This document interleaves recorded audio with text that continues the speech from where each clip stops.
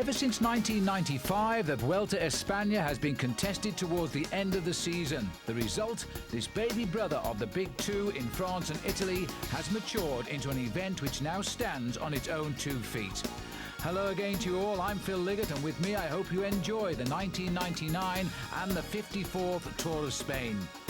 The race route this year is a real tough one. 21 stages plus a prologue and 2 more time trials. There are 5 mountaintop finishes during the 3,480 kilometres journey around the country. Our story begins in Murcia in the southeast and finishes as always in Madrid, the country's capital.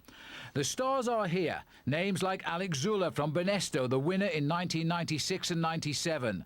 Abraham Olano from Once, who won last year. Fernando Escartin, the Kelme hope, who has finished second in 97 and last year. And there's Frank van den Broek from Belgium, a surprise entry who says he is training for the World Championships. Jan Ullrich, the Tour de France winner of 1997. And Pavel Tonkov, who normally stars in the Giro d'Italia. And let's not forget either the world number 1 Laine Jalabert, who won this race in 1995. And at a cost of some $450,000 to the city of Murcia, we're now underway on the 54th Tour of Spain. And this is Igor Gonzalez Galdeano, an early start on what is a full day here. And his time has been tremendous around the course, but he is amongst the early riders. This will go into the night, this race, and there's the time for everybody to beat. The first man inside 7 minutes for the 6 kilometres, 6:58.4. Now, what can Santiago Blanco do? Much more expected from him, and big hopes for his team, Vitalicio, on a race which is very important to this team. But now you can see the weather has changed, and Santiago Blanco is down. Well, he was going into that corner with such great caution. He's up quick enough, but that's going to have shocked him. Plenty of help at hand. And while he sorts himself out, but it's not going to be a good day now, I think, for the stars, because the rain is coming down in the city. Here's an aerial view of another rider going down. And I've no idea who that is, but he's gone for a quick spin as well. Well, the riders now are fearful of conditions as darkness falls. This was meant to be a big spectacle here in the city, but the weather has not been with the organisation. As shades of the Tour de France back in 1995 in Saint-Brieuc, which was a surprise victory there for Jackie Duron. This is Alex Zuller, and he couldn't take that corner much more slowly, could he? If he's thinking of Saint-Brieuc, he fell off and lost some 10 seconds in that particular prologue in the Tour de France, which took out Chris Boorman from the event after just about a mile of racing. Manolo Saez, the team director of Once here, is chasing home his charge. World champion time trialist Abraham Olano, last year's winner and wearing number 1. The last rider to start in the prologue, and all of the stars have come and gone and faded miserably. Now Galdeano is back in his hotel, and if this time is slower, they're going to have to get him out pretty quickly and bring him up for the presentation. As Olano races towards the line, it's going to be close. He's aiming at 6:58, so he has taken some risk before his home crowd. The city of Murcia now will be feeling a little bit vindicated. Conditions have dried slightly. 150 metres to go. I don't think that's enough time. 6:58.4 is the time he's aiming at. It's going to fall short by a second or 2. So Abraham Olano will get second on the line. There it is. So a surprise early leader in the Vuelta Espana as Olano goes into second spot. And there we have the result of the time trial. Pancake flat, Olano second. Martin Perdiguero, you see another surprise there, third. And Hoy of Denmark in 4th place. It's no longer an Amarillo jersey this year. We call it the Golden Race Leaders jersey. And on there, it's found a surprise home, at least for the start. But a good start too for the Vitalicio team, although they were saddened by the fall there of Santiago Blanco. The city of Murcia, tucked away in the southeast corner of Spain, now bathed in sunshine after it threw everything it could at the prologue of the Vuelta last night. Everybody back on the beach enjoying themselves as we now prepare for a circuit of the city, 179 kilometres, one of the rare chances this year for the sprinters to succeed. And you'd hardly think we'd had bad weather yesterday, would you? Small breakaway. Jackie Giron is one of the riders clear here as they try to stay ahead. But the field rapidly approaching the breakaway here now. Their lead down to 6 minutes. Jackie Giron in his Lotto colours now, and the man with his hand up is Cesar Calvio, or Garcia Calvio. And that's unlucky for Jackie because he's being left to fry on his own now. Front wheel change for the Fuenlabrada rider, and not surprisingly they all came back together as we're now on a sprint for the line here just on the outskirts of the city. And this looks like Nico Martin of the Cofidis team, who's trying to trick the sprinters and get away off the front, and he's giving it just about everything he's got here, and he doesn't seem to be going too far away from the pack. Surely the sprinters aren't going to allow this one to get away. Unfortunately, Mario Cipollini had to withdraw from the event due to the difficult birth of his child, and he stayed with his wife naturally enough, and so not a starter in this year's Vuelta. But there are plenty of other good sprinters. It is Martin. Looks rather like the finish to a Paris Tours classic there, just for a moment as he came over the river. But this is into the city of Murcia. And the bunch there huddled together with the wind bashing them from the right as we look at the picture. And he's decided it is totally fruitless into the wind. He's gone too soon. And the train is working the way up towards him. Now there are some big names for sprinters in here, like Robin McEwen and Marcel Wüst. Wüst loves the Vuelta, and he said the Giro d'Italia, but loves the Tour of Spain. Under the 1 kilometre to go now, a sharp and tricky right-hand bend. And I thought I heard, and I did, I heard a touch of metal. There's been a huge pile up there, a huge crash. A number of riders are down. We'll try and see who they are. And that in the Farmfleet colours, and blaming somebody else from the Lotto team there is Jerome Blijlevens, who obviously was right in for the kill. And one big sprinter's gone out and not at all happy with the situation. And I think the rider he was blaming there was one of the Lotto boys. But let's get back up to the front now, because Uchikov, also from Farmfleet, has got clear in the melee. And a number of riders are just ahead here. So Sergei Uchikov is clear, and that's Robbie McEwen shot up on the left now, and in the middle is Robbie Hunter, the South African rider. They're checking over to see if they've gone too soon. Marcel Wüst and the Festina are coming up very quickly, but Robbie McEwen is set fair here. He's on the right and waiting, and watch out for Robbie Hunter. They go again. Uchikov on the left, Hunter in the middle, McEwen digging deep. The sprinters are not going to get on, but there are two pretty good ones here, and this could be a first ever win for South Africa. Robbie Hunter on the first day of his first Vuelta Espana has taken the stage. The 22-year-old from Johannesburg, and well he might enjoy this, because he had a great Milan-San Remo in a breakaway, then took a little time out with a knee strain. Now he's back, very much so. So the Lamprey score to South African Robbie Hunter. That will do his career the world of good. The overall lead today passes, though, to Jackie Giron by virtue of that long breakaway. He pushes Galdiano Gonzalez back to 2 seconds, and Abraham Olano still in the frame, 3 seconds off the pace. So on to stage 2 now, from Alicante, just inland from the coast, heading further inland to Albacete. And again, a flattish ride, but we're not far away from the hills. They come pretty soon on this year's Vuelta on stage 5. But today, the weather again has turned a little bit ugly as winter approaches. And this is Fabio Roscioli. We've had a long break for most of the day, some 13 riders. Got away after 27 kilometres, but they're all back in the pack now. And Fabio Roscioli, only one win for him this year. He too is now back in the field as we start the run in towards the finish. So the sprinters, can Robbie Hunter triumph again here? He took his chance well yesterday. A little bit of confusion by that pile-up, which projected 3 very good men, so they must have been near the front when the crash happened. This time it looks clean as they come off the bottom bend here now. Zanini is in there, so too again is the orange jersey of Robbie McEwen. A as once more Festina all looking around here, and goodness knows why. Jerome Blylavens is in there somewhere off to the left, I think, as the sprint starts. Now that's Zanini in second wheel. Giovanni Lombardi is the telecom rider who's trying to take it apart here, and he's up to speed right now, but Zanini leaving his run in second place as long as he possibly can.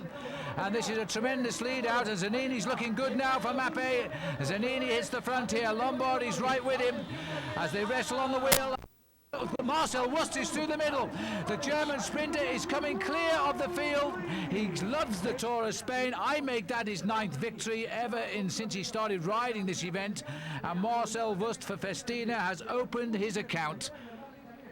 Zanini to the left of our picture. Lombardi, McEwen is the rider 4th there over the line. And Jerome Blylavens probably a little bit shocked from the crash yesterday. Robbie Hunter, by the way, came through there well in 6th place. So an early win for Marcel Wüst, man that speaks many languages, and he'll have no problem with Spanish. And another huge trophy. They specialize in those in. And a very good win indeed for Marcel, as we see it again here. Clear victory too. Zanini, I thought, had read that just right. Marcel had timed it better. Thanks to the bonuses on the course, though, this man is still in the golden jersey, Jackie Durand, by 2 seconds over Galdiano Gonzalez and 3 over Abraham Olano. Hunter is there in 4th, also on 3 seconds. On we go to Fuenlabrada. And in reaching Fuenlabrada, the riders will have covered the longest stage of the Tour, 129 kilometres from La Roda. And again, the terrain undulating, but nothing too severe. And this man is making the most of it, heading towards his hometown. He rides for the team for Fuenlabrada. And Germán Nieto, who's never won a race in the 6 years he's been a professional. You saw his time gap, and that actually is coming down because he was up to over 23 minutes. He got away after some 35 kilometres. And this man, the golden jerseyed leader, Jackie Durand, on the first slight rise of the Tour, is in difficulty. Well, he said he wasn't fit. He was a little bit surprised to have claimed the leader's jersey in the opening days. And now he's paying the price, I feel. While Nieto, can you believe this? This man almost made it. He's 2 kilometres from the finish here as the field have swept him up. A tremendous breakaway of 190 kilometres. Well, he certainly did his sponsors proud today as he drops through the field now as the others scurry towards the front for the big sprint. And a little congratulations there from some of the Spanish riders. That's nice. For that great breakaway by Germán Nieto. And he's his teammate going to say, just hang on and finish with us. But we're going to the front of the bunch now as they line up for the finish. Jan Ullrich, their second wheel at the moment, beginning to show himself. Had a reasonable time trial in the prologue. Top 15 finish despite the conditions, and he's not a bad bunch sprinter either, but he's off the front now as another telecom rider again tries to find Giovanni Lombardi, the perfect lead out. Watch for Wüst though. Wüst is on Lombardi's wheel. 1 win already, and this win could be giving the race lead too as Marcel goes left. Nobody's got his speed at all. Marcel Wüst on the line. Win number 2 this year. Win number 10 in all time in the Tour of Spain for Marcel. He just loves this event.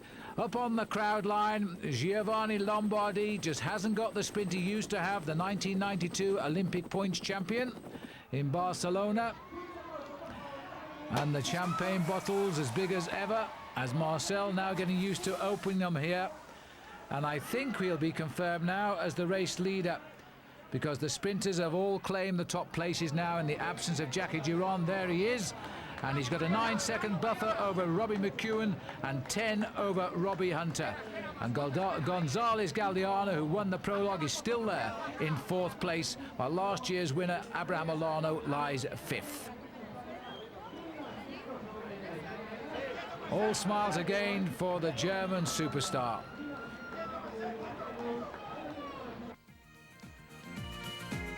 And so to the 4th day of the Vuelta a España. It's a Wednesday. We're heading now from Las Rosas to Salamanca on the opposite side from where we all began. We're now on the west of Spain, and the weather getting better by the day. The sprinters enjoying these early few days, but it'll all change tomorrow when we go into the mountains, I'm sure of that. This man has been the highlight of the day, Koos Murrenhout from the Rabobank team. His lead 9 minutes 20, and in the lead for the best part now of 100 kilometres. But during the escape, this is a switch down to the back of the field, the sad side here of the abandon of Laurent Dufaux, the Seiko rider who was fourth in the Tour de France. Has problems with a right leg, which he says is hurting, and he's pedalling literally only with his left leg. And so he's out of the race. And also going out with him there too, the Lotto rider, Rick Verbrugge. Another little bit of a talent coming through. But gone from the Vuelta today, two good riders. And there's a counter-attack going up the road here because Murrenhout is almost caught. And that's another Rabobank that's gone up the road, I'm sure of that. So it might be a good tactic. The field showing no resistance. The roads here long and straight and exposed in the wind, and often called for a very difficult stretch of racing. The crosswinds hurt the peloton here, and the Dutch are specialists in those winds. Now I think we're coming up here to Koos Murrenhout as he moves smoothly away, and there he is, and a little shout there from his teammate. But I think he's deciding enough is enough. That's Jan Boven who's gone by him. And Murrenhout decided no, 100 Ks is enough for me today as he goes back into the pack. Now, can Jan Boven start something here and get a little group away? As there goes Koos back into the field. And there's no reaction here. Festina, of course, having not just the job of leading out the sprint for Marcel Wüst today, but also looking after him and make the pace, because they're the team now with the golden jersey on the shoulders. And if you can't make the pace at the front, then why not launch an attack? And this looks like Vladimir Belli here from Festina, who's trying to get clear of the field and taking with him a Lotto rider. Could well be Chris Piers, but they're working together. One or two riders shooting after them. There is Jan Boven, suddenly finding an express train coming by him and making no effort to jump on. Oh yes he is, because he's seen another rider coming up and it's worth a dig. So the attack coming from Festina's belly, and that's a good move there, because everybody would have expected Festina to just keep an eye on Marcel Wüst, and instead they're making the other riders take up the pace.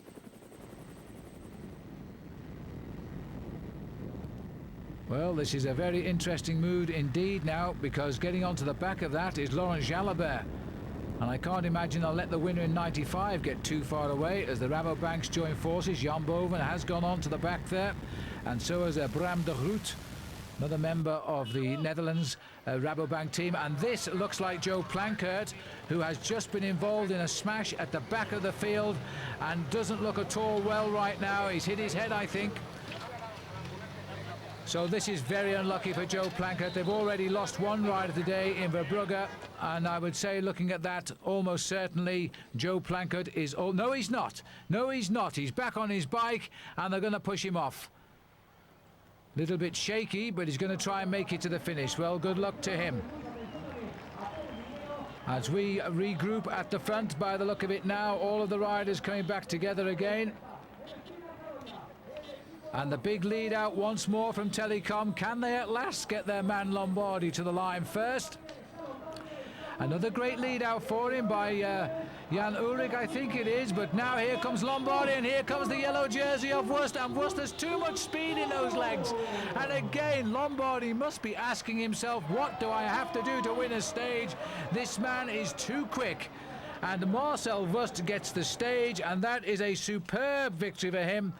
And I reckon that that is the first three in a row since Eddie Plankert back in 1982. And Eddie won 4, I think. But Marcel has got 3. And of course, there's always a chance of another one to come tomorrow. But I'm not so sure about tomorrow, because we're in the hills tomorrow. But Marcel Wüst, a couple of seconds bonus there, also consolidating his overall lead in the race now. So after some 19 hours of racing, he's up to 29 seconds advantage over Robbie Hunter. 34 seconds over, over Robin McEwen, 34 seconds over Robbie Hunter, and 39 seconds over Gonzalez Galdeano. And there is confirmation of all of that, with Olano in 5th place and still right up there, poised for a good journey through the hills to come. He could be the next Maillot Jaune. And looking further down, you see only seconds in it at the moment. But there's still, of course, a very long way to go in what should prove to be a very difficult Tour of Spain. But the smiles right now, Marcel Wüst, 11 stage wins in all as we continue. And now we're in the mountains on stage 5 from Murcia into Benidorm. 4 of them, in fact, one a second category. The Portio is a first category. Then on to the Franquia, that's another first category and the high point of the day, taking them up to 1,500 metres. And Monsagro is the third category climb that brings them on towards the finish. And the atmosphere, a nervous one now, because the sprinters can forget it as the race starts to go into what should prove to be a most difficult Tour of Spain. There's the assembly down at the start line in Beja. And we join the action on the climb of the first mountain of the day. Excellent roads, long and fast, and some riders now prepared to drive here on the lower slopes of the Mongaraz, taking them up to just short of 1,000 metres.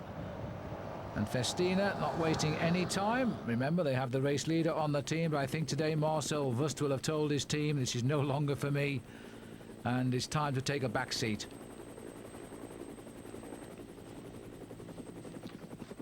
And there you can see the beautiful roads here in Spain are hitting the high points now. And this is Laurent Brochard here on the attack and riding extremely well. He's a very good climber, of course, in his pre-Black Festina days. Now trying to straighten himself out. And the rider on the move with him here is Rafael Diaz Justo. A gap initially 2 minutes 19 seconds. No wins this year for Laurent Brochard. Trying to get some early points in the King of the Mountains competition. Last year's winner, Jose Jimenez, the last 2 years he's won the King of the Mountains competition. And the gap holding on here. Benesto, not surprisingly now, beginning to come to the fore as the climbers start to stretch their legs. But that peloton, not in a big hurry yet. A lot of riders still in that group together. Over the top then, and Brochard not challenged by Diaz as he gets the first big points in this year's King of the Mountains competition. Now, can he keep it going? An awful long way still to go. Pulling off the dizzy heights there of what could have been taken as Mont Ventoux in Provence, but of course we are in Spain.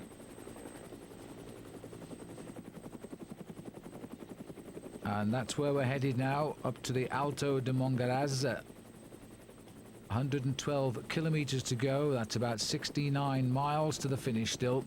And the peloton leaving this one very late indeed. So a nice tempo being set. They're allowing Brochard the chance to just have his head with Diaz Justo. A number of riders are in trouble already though, and we hear that Jan Zerada has retired, the sprinter who never showed us his sprint in the opening days. The gap still going up here for these two. It's a beautiful day for bike racing in central Spain.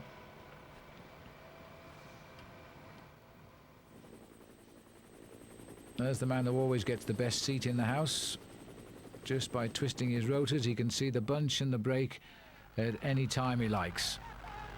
Alex Zuller riding, well, Alex Zuller looks to me as though he's in a bit of trouble here, because that is the field disappearing up the road and there's no resistance coming from him. So the former winner of the Tour of Spain, Zuller, for Benesto, is in trouble. Winner in 96 and 97. They were his great years. Sergei Ivanov, the Russian national champion. As we go back up now to the top of the Portillo with 67 kilometers to go, and Brochard is stacking in the points for the King of the Mountains. The Once rider there, Diaz Justo, seems to be just a policeman, possibly hoping that Laurent Jalabert might come into the action pretty soon, and of course Abraham Olano. And here's the chase group now, and we're getting a nice select little group here, and it's without Alex Zülle.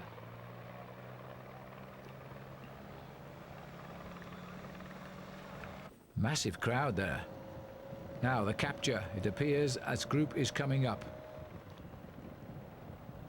We now hear that Andre Schmill and the injured Joe Plankett have also abandoned. So they've gone.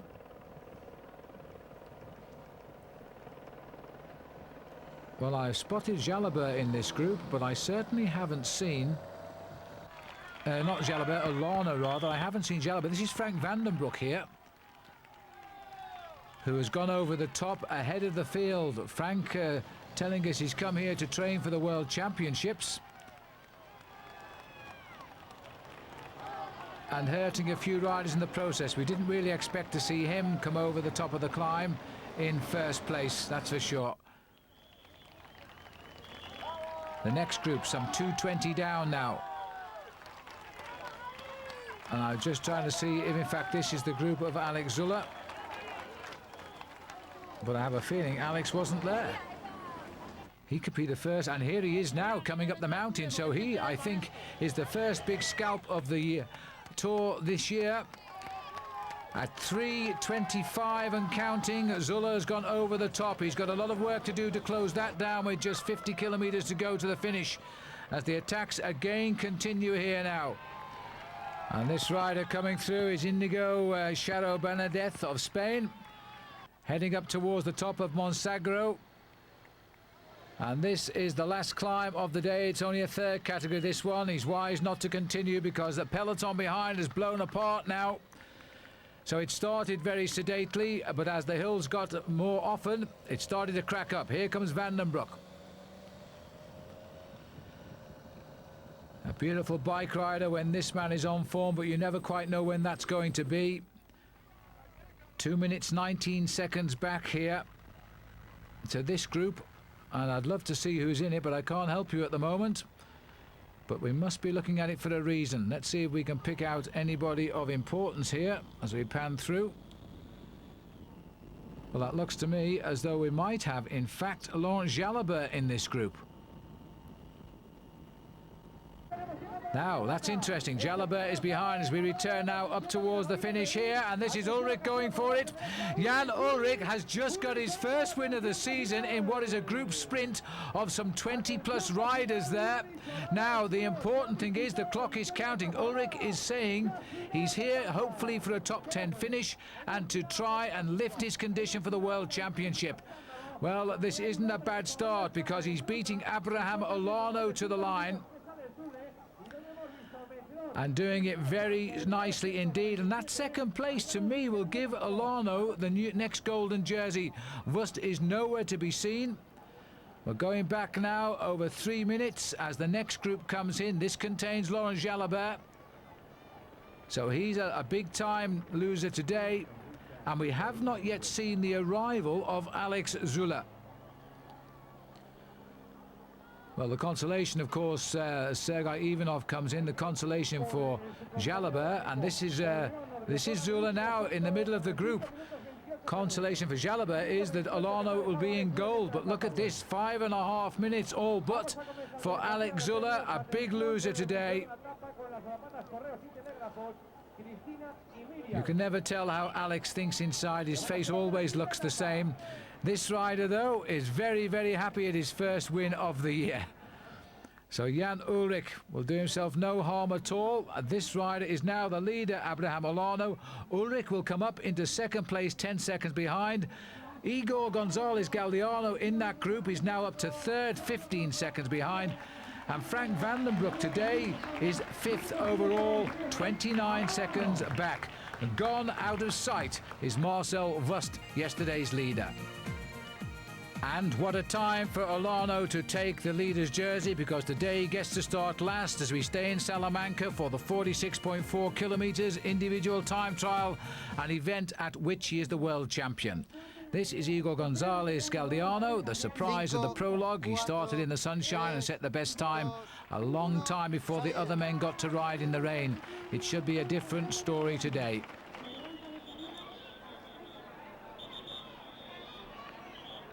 And as he gets underway, we will go back now to watch the man who will be last to start in the race, and that will be the golden jerseyed leader, Abraham Olano. Gets the countdown. He's chasing none other than Jan Ullrich, himself a winner of the time trial at World Championship level, and certainly on his day as good, if not better, than Abraham Olano. And there's just that 10 seconds separating them overall, and ahead of both Ullrich and Olano is Gonzalez. He's already gone, we've seen him go. We'll catch a glimpse of Ullrich at the time check, and that'll be the first indication as to how well he is going. Olano staying out of the saddle for what is probably one of the few rises on the course. This is a very fast time trial course, perfect for the expert against the watch. Now let's go out to kilometre. Here is the arrival of Galdiano, and he's living up to his reputation built a couple of days ago. The best time here, 32:33.9, and only two riders to pass through that point behind him now. Here is the arrival of Ullrich, and he is going to go better, 31:53. What will Olano do?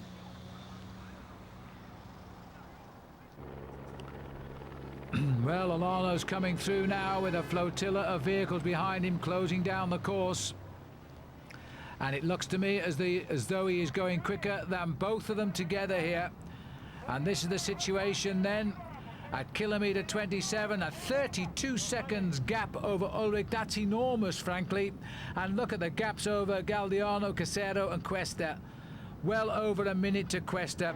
This man is on his day, that's for sure now. The golden jersey inspiring him. Here's the arrival of Casero, and he gets the best time for the moment, 55:49 for 46 kilometres. That is moving for you. But this rider is moving better than anyone. Tracked by the GPS system, we can see his advantage here, and it's now almost a minute over Ullrich. To take a minute out of Jan Ullrich is unthinkable, quite frankly.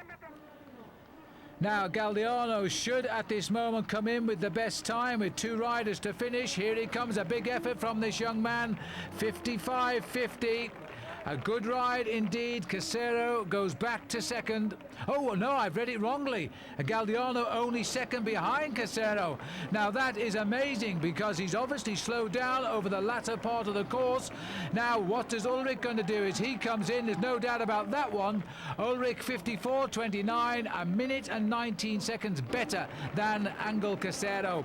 But I think this rider is going to throw it all to the wind now, as he seems to be flying up this straight here. Abraham Olano is going to get a real lead in the race now, as he's going to arrive with clearly the best time, and it's not going to be far off a minute better than Jan Ullrich.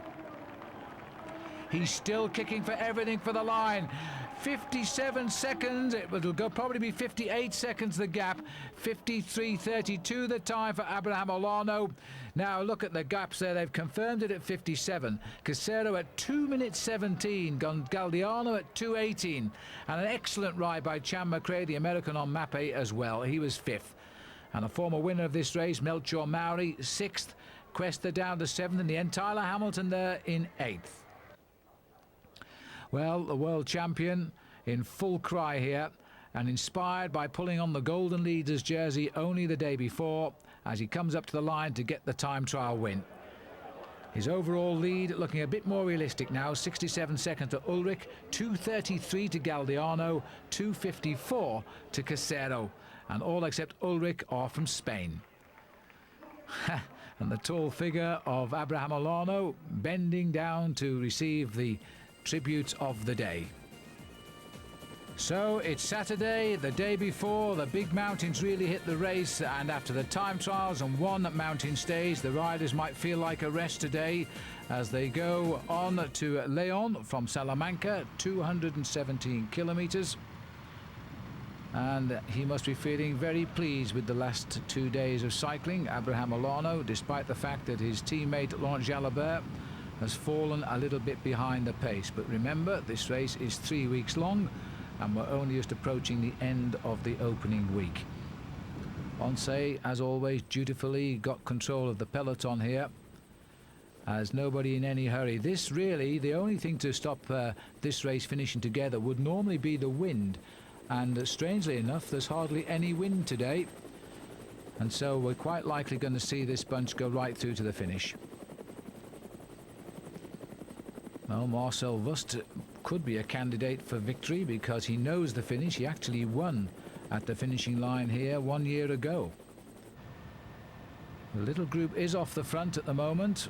One or two riders are trying to slip the field as they start the action. Rabobank is right in the thick of it. This will be Rolf Sorensen setting the pace there. And it looks as though Piccoli from Lampre is up there. Belli, the Festina rider. And I think it was Roscioli, Costa Almeria. In fact, it's bound to be Roscioli. He's a lone break expert and looks for the move that might take him to a stage win. But the riders here having a little bit more of a chat and a rest as they allow the race to continue front of them. It's about 4 minutes up at the moment, that breakaway, but there's still plenty of kilometres left. Nice and warm today for a change. Gone now the memories of the early days when the rain was falling. Taking the field through there, Diaz Justo, the man who was on the escape with Laurent Brochard 2 days ago in the mountains. And number 4 is Jalabert himself, now a workhorse on the team. What a brilliant cyclist Laurent Jalabert is, the most consistent bike rider on the current circuit, world number 1 because of his consistency, doesn't seem to specialise in any event, rides them all and wins many of them. Now there's obviously a little problem here at the back of the race with Cesar Garcia, Calvo. Spanish cyclists taking the names of both sides of their parentage as we go around what appears to be a bull ring, and enough said about that. And now the field more or less together here, and I don't think we're going to see any more attacks. They've swept up those little breakaway group of riders. Now heading in to the finishing line here at Laine. And I wonder now if the Telecom boys can finally get control of the head of this bunch and guide their man up to the line. Lombardy has been so close, but clearly he's had a real shot at the finish and simply has not been quick enough to handle Marcel Wüst, who's now searching for his 4th win of this year's Tour. Big tempo riding, and that big man again is Jan Ullrich. Never afraid to work, continually thinks of his training. He's not thinking of winning this race, he's thinking of a high finish. He keeps on reminding us now, is this to parry the blows that'll surely come from the press and keep the pressure off himself? Who knows? Still 2 weeks to race. Sprinter's delight today. Long straight roads into this beautiful city, and you'll see them sweep to a left-hand bend, and it's a lovely long straight. Sorry about this picture breakup, but we seem to have got it straightened now. Very difficult sprint to judge because a lot of riders here. Here's the left-hander, and it looks as though Telecom have got 3 riders there. Look at that for a sprinter's delight. They're all keeping to the right of the fence. The crowd watching the race go underneath them here as the road is cleared for what should be a great dash to the line this time through.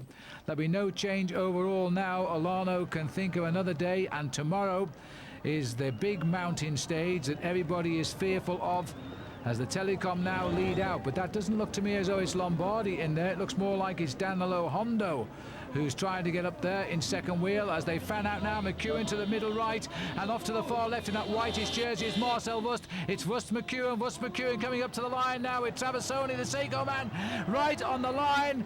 Well, I don't know. I just don't know whether Wüst or McEwen got that from the angle we were at. It was very, very close indeed.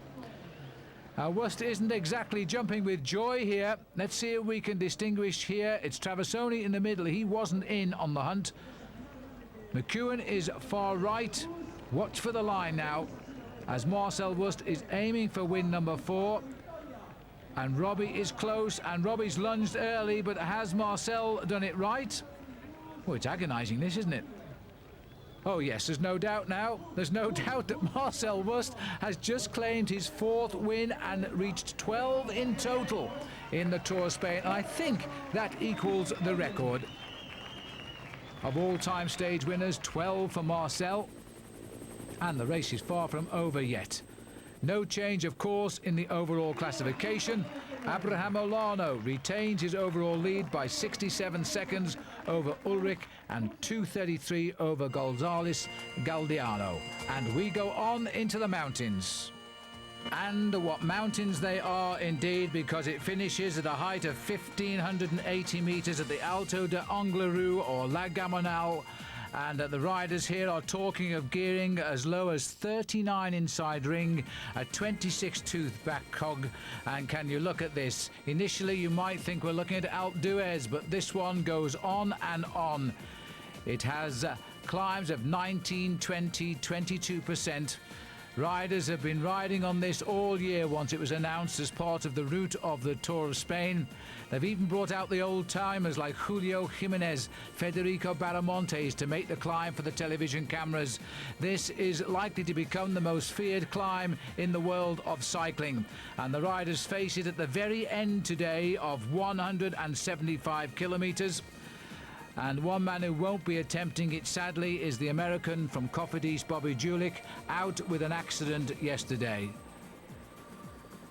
It's not the only climb on the route either, and we finish in a veritable car park. Hardly room to put everybody in the Tour of Spain, is there? We'll start with the climb of the Ventana, a second category 9-kilometre climb, then on to the Corbatoria, 9.2 kilometres, onto the Cordal, the second category one of the day, and this one is an ore category, which means it's the granddaddy of them all.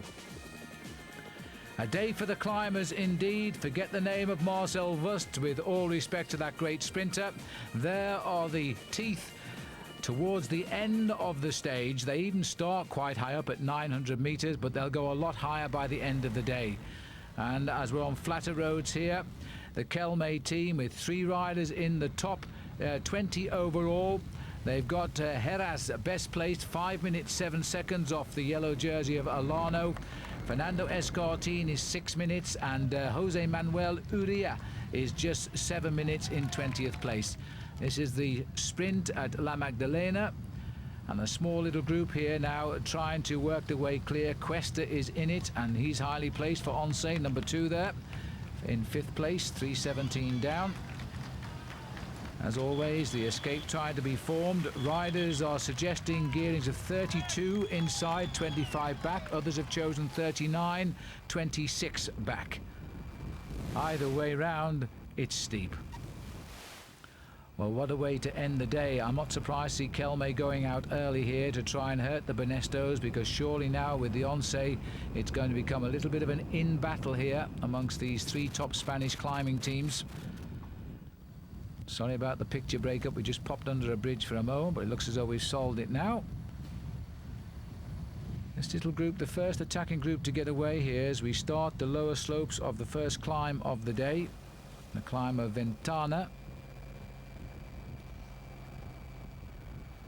And Kelme content to set the pace here in the hope that as the day goes on, they will launch their top boys into the thick of the fray.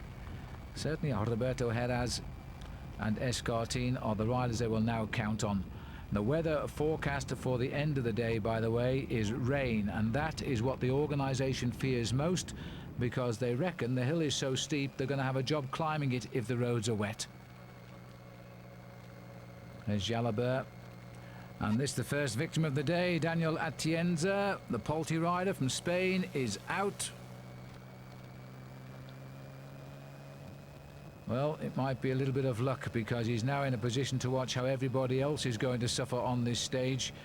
In kilometres, not so long, at 175, 106 miles or so. But that's about the only blessing of the day. It's quite a large group here now trying to get a steal a march on the rest of the race. The Benesto rider here sat at the back is Garcia Acosta, the tall man who's such a good workhorse. The main field with the golden jersey of Abraham Olano here is at 3:45.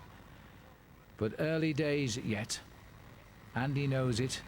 This man of great experience. We've been going just on a week now. And this opening week has been so kind to Marcel Wüst, giving him 4 stage wins and presenting the golden jersey to Gonzalez Galdeano, as well as Abraham Olano and Marcel himself. And just where are the challenges going to come from? One must ask for Olano. We've seen Ulrich try, but he's won a stage, but that's about it. He's dropped away a little bit. Today he must show his colours if he has any ambition of a top 10 finish, as he keeps telling us. They're starting to go into the mountains now. Garcia tagged on the back and waiting. Cuesta is the best placed rider in this front group. Still Jalabert willing to work now, having lost perhaps his chance at winning this tour on the first day in the mountains, which was stage 5 or the 6th day of the race. But they're such a good all-round team, Once. They'll always ride for the man who has the best position, especially when you have the talent and undoubted class of Abraham Olano. And Polti going out on the attack again, having lost one of their big riders today already. We've seen him in the car. A quick glimpse there of Robbie Hunter in this group.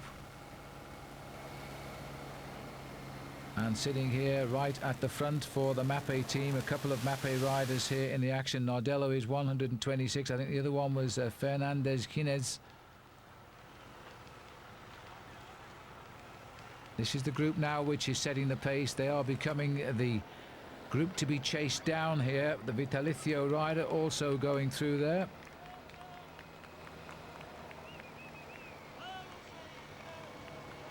Now let's see just how well they go. Robbie Hunter probably a little bit afraid of what's to come today and anxious to get a lead over the field. Little Daniele Nardello, a good rider in his own right, of course. But perhaps trying to set something up here for team captain Pavel Tonkov. The main field limiting their losses. They know what they've got to do. As we climb now up into the clouds, which is rather interfering with our pictures. This is Robbie Hunter here.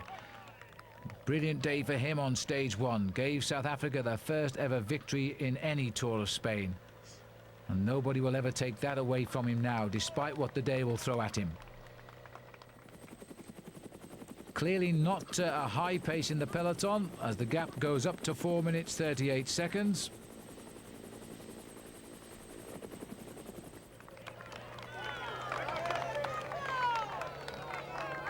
Pace remains reasonably high. It's a good move this by Cuesta, and the Once team takes a lot of pressure off Olano. Gap coming down, but not a great deal at all, hovering on the 4 minutes mark as they continue to set the tempo from the peloton. Benesto trying to limit the escape here. That's why up in the lead group Garcia Acosta is not doing any of the work, because Benesto, considering that Azula has lost so much time, must be pinning virtually all of their hopes here now on Jose Jimenez, who won 4 stages last year in this race and went on to win for the second year the King of the Mountains. So he at least should have no fear of the day. There's Nardello setting the pace, and that is Orlando Rodriguez, the Portuguese rider on Benesto. And it looks as though 1 or 2 now as we start to go up into the dampness of the high clouds here as the riders reach the tops of the peaks, and it's going to get worse as the day gets longer. Going up is one thing, but coming down when the roads are like this, absolutely treacherous. And I think we're going to have a little bit of a struggle to hold these pictures as well today. Now we're on one of the way down here. This is Sergei Ivanov, and the caption's telling us we'll have to go with it because it looks as though it might be the champion of Russia. He was up there with the front runners. Oh, and there's been a crash there because you can see somebody standing up. It's a Lotto rider in the ditch and wrestling to try and get his bike out of the ditch. Now our cameras realised it and stopped, so hopefully we'll get back, and there we are. And in fact, that is Abraham Olano way down below him, because this is Curt van der Voer, who's gone. Olano is getting dragged out. How often have we seen this? And it's not the first time Olano's been down there either. I seem to recall him doing it in a French stage race, but he's been hauled out, and he looks okay, surprisingly enough. But this is not a very pleasant situation for the leader of the Tour of Spain. Help is at hand. Curt van der Voer looks okay. Well, a little not long ago before this crash, Van der Voer's bike looks a bit of a mess. Not long before this crash, there has been an earlier crash to Fernando Escartin, and he apparently has been taken to hospital, so he's also out, and that is a serious blow for the Kelme boys. Olano up and running. He can expect to find his Once team waiting for him up the road, and I think they are. Ivanov is the only rider left of that escape group now. The rest have been wiped out, and Olano here.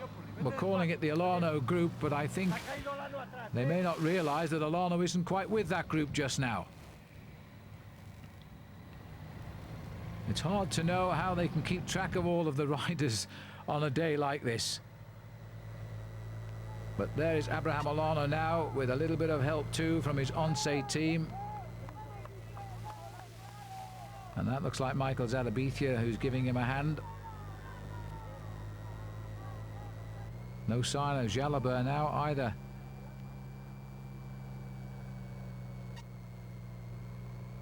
This little group trying to get itself up to the leaders again and back into the organisation, because that was not the main climb of the day, of course. That was only the first taste of the battle. And it's up to Olano to climb back in now without too much of panic. And it calls for a man with great experience here now.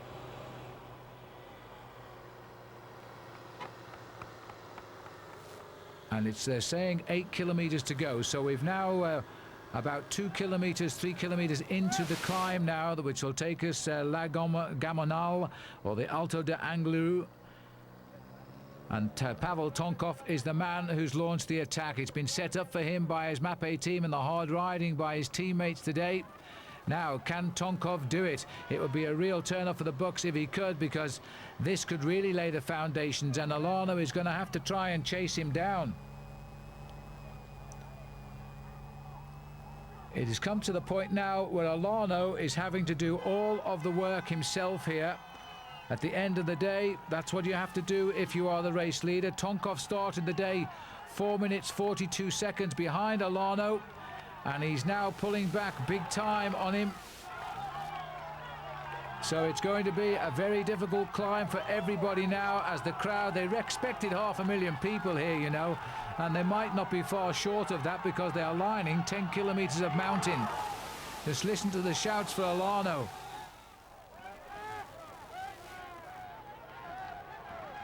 Tonkov keeping himself nicely under control. Roberto Heras, and I think that might be Jimenez with him. Well, Heras now the outright leader of the Kelme team, with the loss of Escartin, which he may not know at this point.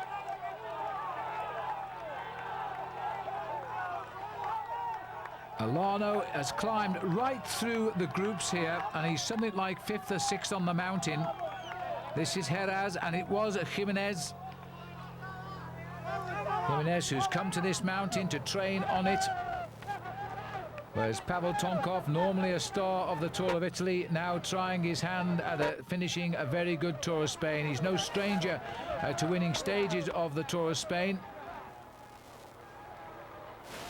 He didn't ride it last year after he fractured his coccyx in August, and was obviously not in any condition to take part in the race, but he's back now, and he's back here with a vengeance. He's on the most revered mountain, and this is the first time a bicycle race has gone up it, as we are climbing up to almost 1,600 meters, and it kicks and rears every so often. That is Jan Ullrich here, and Olano continues to let the adrenaline flow. There's no reaction from Jan. He's slowly coming backwards from the sharp end of the race, Jan Ullrich. What he'll try to do now is limit his losses. He's still well up as far as the overall classification is concerned, of course, because there's an awful lot of riders. The cameras don't actually give you any idea how steep that corner was, but it was probably 25%. As Ullrich sat in the saddle, I think if he'd got out of the saddle, he'd have lost his front wheel. But Tonkov is climbing steadily to victory here. Absolute grim determination of the man who won the Tour of Italy in 1996.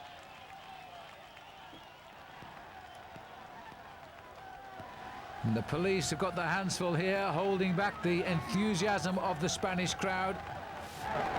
These are the conditions the organisers did not want as they brought the race up here. But they'll be delighted by the amount of spectators who've turned out to watch the Tour of Spain coming to the top of this climb. A man who spends his life in Italy and who is a brilliant bike rider, Pavel Tonkov. I first came to know him many years ago when, as an amateur, as part of the Soviet Union's national team, he won the stage of the British milk race in Nottingham. Nobody had heard of him then, but we've all heard of him now. There they're telling you he's 23.5% at this point. And I have to say that these guys make it look comparatively easy, don't they? Olano and Manuel Beltran, another man who's riding so well for Banesto. Alex Zula, a long way down the mountain for Alex and not enjoying his day at all. He's outside of the top 20 climbers, that's for sure. And already lost time on the first day, so if anything, he's faring a little bit better as the race gets longer. This narrow road off to the left is a sheer drop into nowhere as we continue towards the top of Angliru. The lowest possible gear now, and I wonder what gear he chose. Most are using 26 or 28 back sprockets. Those sort of sprockets you never talk about in professional cycling. Today we do. And this looks like the counter-attack is coming, because this is Jimenez. He's on his own, he's got rid of Heras. Now, no wonder the crowd are going a little bit beside themselves at 2 kilometers to go. Jimenez is veritably sprinting up this climb. This is an inspired finish now by the king of the mountains for the last 2 years. Laurent Brochard was still the leader of the mountains today. That will change tonight. Superb effort by El Chaba. No sign yet, though, in front of Pavel Tonkov. We're racing into the mist. That will be in the favour of any attacker now. And here we are. Well, he's come out of the mist and he's found himself on the back wheel of Tonkov as the road levels just a little bit here. It's a bit of a strange finish now as we race into the car park. And it looks as though the leader, Tonkov, is going to be disadvantaged here because Jimenez, who's just joined him, I hope we can see them finish. There was rumour that they were going to finish this race lower down in the event of bad weather. That seems to have gone by the board. Somewhere in the middle of this lot are the two riders winning the 8th stage of the Tour of Spain. And then the clocks will start. And in fact, that is it. Can you believe that in amongst the cars, Jimenez has won the stage and Pavel Tonkov has finished in 2nd place. Almost 5 hours, the time for the day, and Spain have claimed the big scalp of the big mountain. Well, how fitting that the man who's been the king of the mountains for 2 years becomes the king today on La Gomonal. Marched away for a quick wash and then out to the podium, and now the clock has started and we want to see the arrival of Olano and to see if he's limited his losses enough to keep the yellow jersey. This will be Roberto Heras, who was with Jimenez. And this looks as though it's Beltran, also another good ride by Banesto, who will have done themselves a nice big chunk of team lead, I think, coming their way by the end, if they've got a third counter. Almost a minute has gone by as Heras appears. He gets third. Excellent ride for him. The new leader now undisputed of the Kelme team. The loss of Escartine today. And that's Beltran, another good ride from him. So often the right-hand man of Miguel Indurain, and now he looks after whoever, and he might have to look after Jimenez now. Now, where is the yellow jersey? He can't be far away. Abraham Olano was dicing in 5th or 6th place, about 2k down the mountain. He must surely be the next man to appear out of the mist. 1:38 has gone by. That's the shape of Abraham Olano. So he had a 4-minute margin over Tonkov. He'll conserve his lead. That's a great fight back. That's shown a lot of talent and depth in character for Abraham Olano today. As he comes over the line in 5th place, I make him. This is another Banesto rider, so they've got 3 men home. That's Pipoli, Leonardo Pipoli. And he will confirm the 3rd counter for the team. Looks as though he's just been out for a Sunday run. He's just over 2 minutes down. One by one they come home, and they're going to feel pretty tired bike riders by the end of this day. But I have to say that they have made this mountain a lot tamer than we all imagined. We expected to see bodies spread-eagled over it, walking and complaining, but these boys, and that's Ulrich coming in with Jose Luis Rubira, the other Kelme rider, who's not just a good climber, but a pretty good sprinter as well. But he's not taking on Ulrich today. 2:44, I think the clock said. So Ulrich cracked a little bit, but nonetheless has come up with a good position there in 7th. And David Rebelin is in for Polti. That's the first of the Polti boys home. Just on 3 minutes for him. Galdiano, Igor Galdiano. And an Euskaltel rider just behind him. Santiago Blanco. Well, we're outside the top 10 now. So let's go to the podium, because already waving his flowers and his little mascot there is Jimenez of the Banesto team, who's going to feel very, very happy with his performance today, although there was that confusion at the finish, which has disappointed Pavel Tonkov.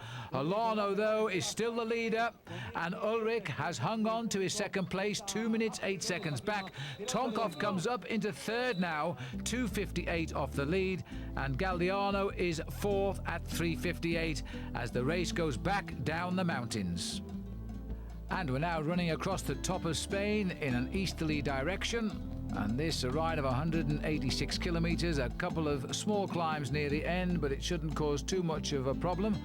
Certainly nothing like yesterday, as we're now on the 9th day, the eve of the rest day for the riders, and I think they've earned it this time around. Abraham Olano in the hot seat, but a small breakaway has got itself going here, and quite likely will stay away to the end, but we'll see. Working pretty hard in the group here. That's Laurent Brochard. And this little group looking very workmanlike, because none of them are going to affect the destiny yet of the yellow jersey, which is still, of course, with Abraham Olano. And a group like this trying to get itself together. There's Olano all caped up because the weather started sunny enough at Gijon, but as we head towards Los Corrales, it is getting a little bit wet yet again. And it's these sort of days, I think, which wears on the nerves of the riders. They also fear a cold that might come in the next few days, and they're not showing any real interest in the escape here at all, which also contains the world champion Oscar Camazin. And there you can see the gap for yourself.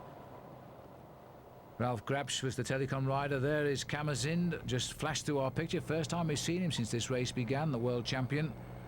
Other members here are Jose Luis Ribera for the Kelme squad, Nicola Micheli of Liquigas, Andrei Zinchenko, who rode so well in this race in the past and been very anonymous this time out. Sergei Uchikov, always a man to watch out for if we get down to the finish. A great opportunist. Gap still hovering around that 3-minute mark.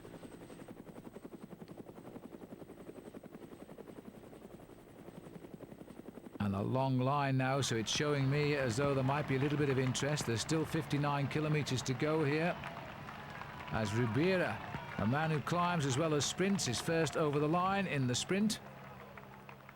The Metas Volantes. And it looks as though Lampre also taking an interest now. The gap at 3:07, and there's a small group. They're 30, just off the head of the peloton there, which is 30 seconds behind that small chase group.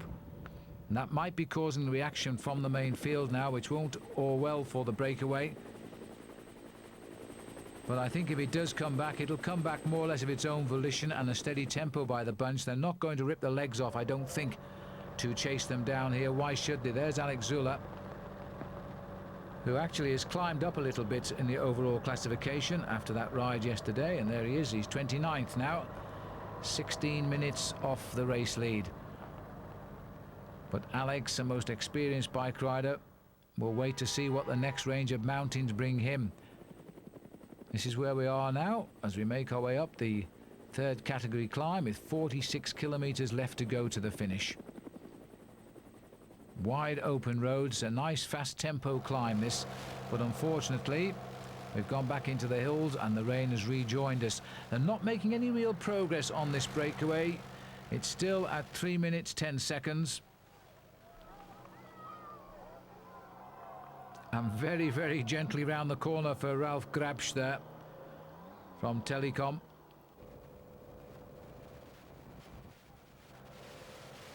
And I'm quite sure now Alano, Tonkov, Ulrich and Galdiano are all going to wait to fight another day. This will be what they will see as a routine finish. There's no point in stretching themselves now. And this is a counter-attack here. A big figure of Mazzolini, I think it is, who's having a little go. And the Brochard has gone with him. The low cloud and the trees are giving us a little bit of problems with the picture. But Laurent Brochard here taking him on for a sprint for the top of the climb because he'd like his King of the Mountains jersey back, but he's going to have to win a lot of these now because the King of the Mountains has gone across to Jimenez, winner for the past 2 years. Now, are they going to try and carry on? This is the main field here, I think, coming up over the summit. Somewhere in between is a bigger group than that, or smaller group than that, rather. And Mazzolini looking over his shoulder to see if it's worth persisting, and we'll get a little look ourselves now, and I'm not sure it is. The rest of the breakaway coming back up to Brochard. 12 men forcing the move today. And at one stage, Jose Luis Rubira of Kelme did become the leader on the road, but that's all over now. Oscar Camas in there trying to close it down. At one stage they got 10 minutes. It's now down to 4:29, so there has been quite a reaction from the field, although it's going out again at the minute as Telecom are doing a little bit of probably hampering tactics rather than chasing tactics with their man up front.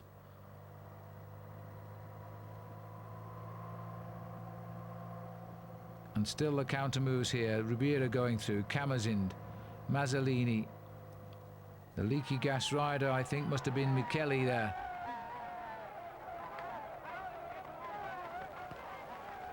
Massive crowd. The sport is on such a high in Spain at the minute. And the league group splintering a little bit here as they try to sort out this next climb. And this is Frank Vandenbroek here. Now Vandenbroek is on the... He's come off the peloton because he was with the main chase group and he's got away on the climb. Well, this man, you can't work him out, can you? I can't really see the point of trying to rip away, not in wind like this, other than for the sheer bravado of the action.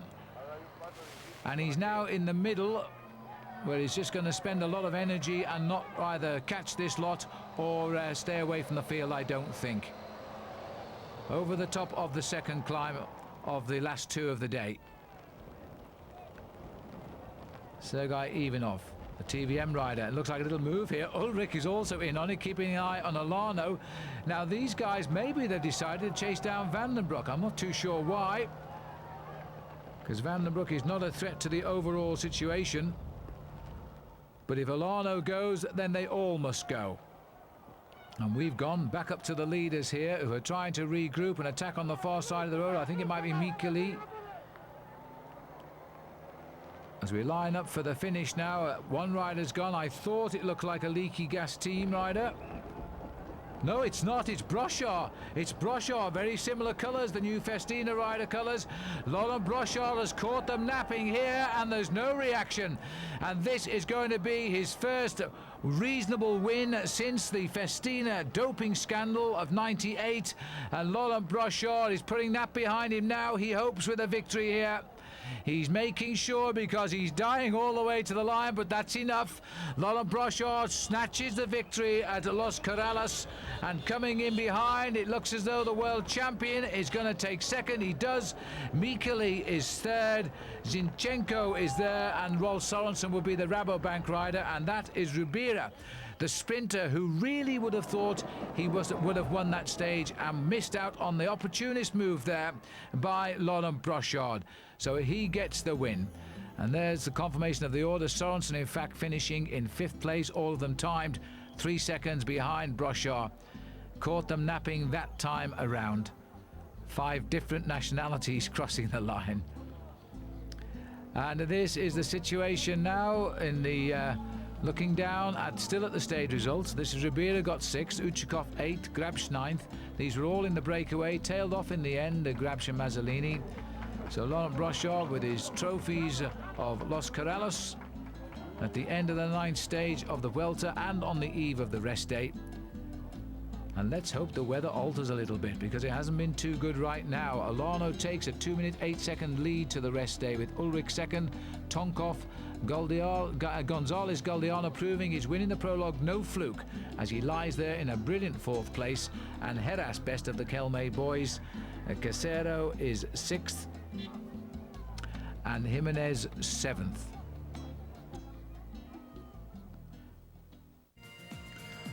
So as we look at the Basilica, a beautiful building built in the 17th century here in Zaragoza, the capital of Aragon.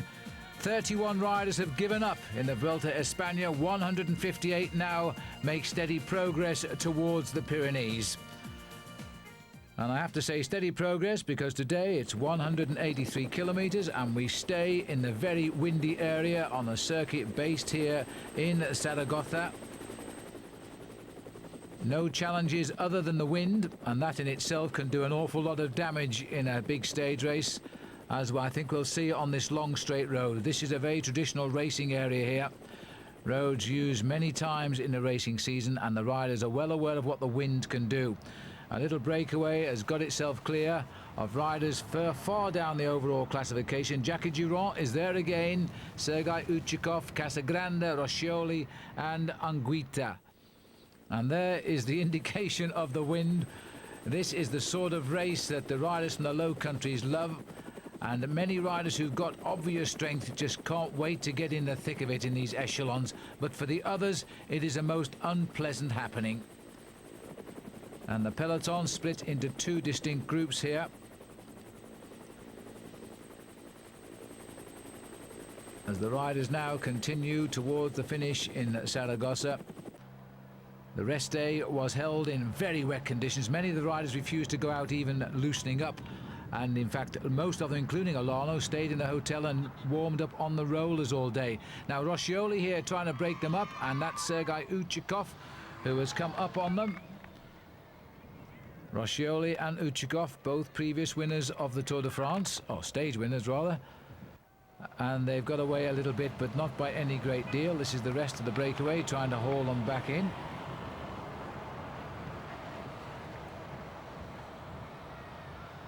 And while the main field continues to split behind and chase them down, those 2 riders are still just clear of the field.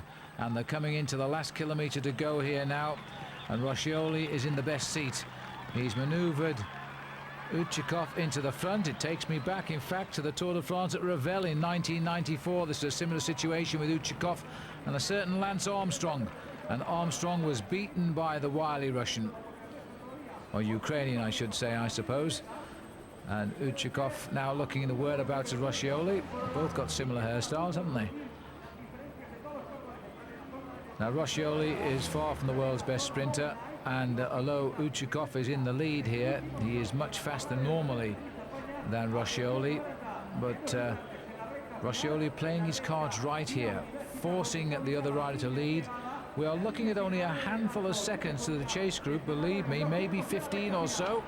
You see, that was a feign by Roscioli to try and get a reaction out of Uchikov, who I don't think he even saw it, so he did nothing about it. Now they can both see the finishing line. They're going to leave it very late, and Roscioli, I think, is going to have to go first, and Uchikov is waiting for the jump. and then he's going to have to hold him off from the front if he can. They're taking this almost to the line here, these two riders.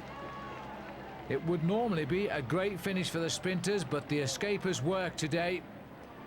The day after the rest day, the day after the mountains, and the day before we enter the Pyrenees. And now Roscioli goes, giving it just about everything, but there's much more power in the legs there of Uchikov. And this is the man who's giving the TVM a result we expected a lot earlier from Jerome Blijlevens. Uchikov gets the stage win, his first of the year, and trailed in by Roscioli. Given the same time, the TVM Farm Fleets boys will be happy with that one. Here comes the sprint for Jackie Giron ahead of Anguita, and Casagrande was the rider just off the pace. And they weren't far ahead of what looks like the main pack of the peloton here. And there'll be no change overall at the end of the resumption of the Tour of Spain today, as the yellow jersey, or the golden jersey, of Abraham Olano comes in. So Uchikov gets the stage win. He always lands a big one at some stage or other. Ahead of Roscioli, and at 13 seconds, Jackie Giron, Anguita and Casagrande coming in there at 16. Another cup. I don't know how they carry all these trophies around Spain. They get one every day. But Abraham Olano conserving, no change overall. 2 minutes 8 back to Tonkov, Ulrich rather, and 2:58 back to Pavel Tonkov. And looking there at Olano, you may have seen him cringe a little bit when he put his arm round the ladies, and there's a rumour beginning to circulate that he's suffering from injuries from that crash we saw him have when he went down that ravine on stage 8. Let's hope not. At the moment, he's still the clear leader of this tour. So in Aragon, Huesca is the start town. We're heading to a hilltop finish after 201 kilometres at the Pla de Beret. We're now in the Catalonian Pyrenees, and this is the first of 3 very rugged days indeed. This one itself not so bad.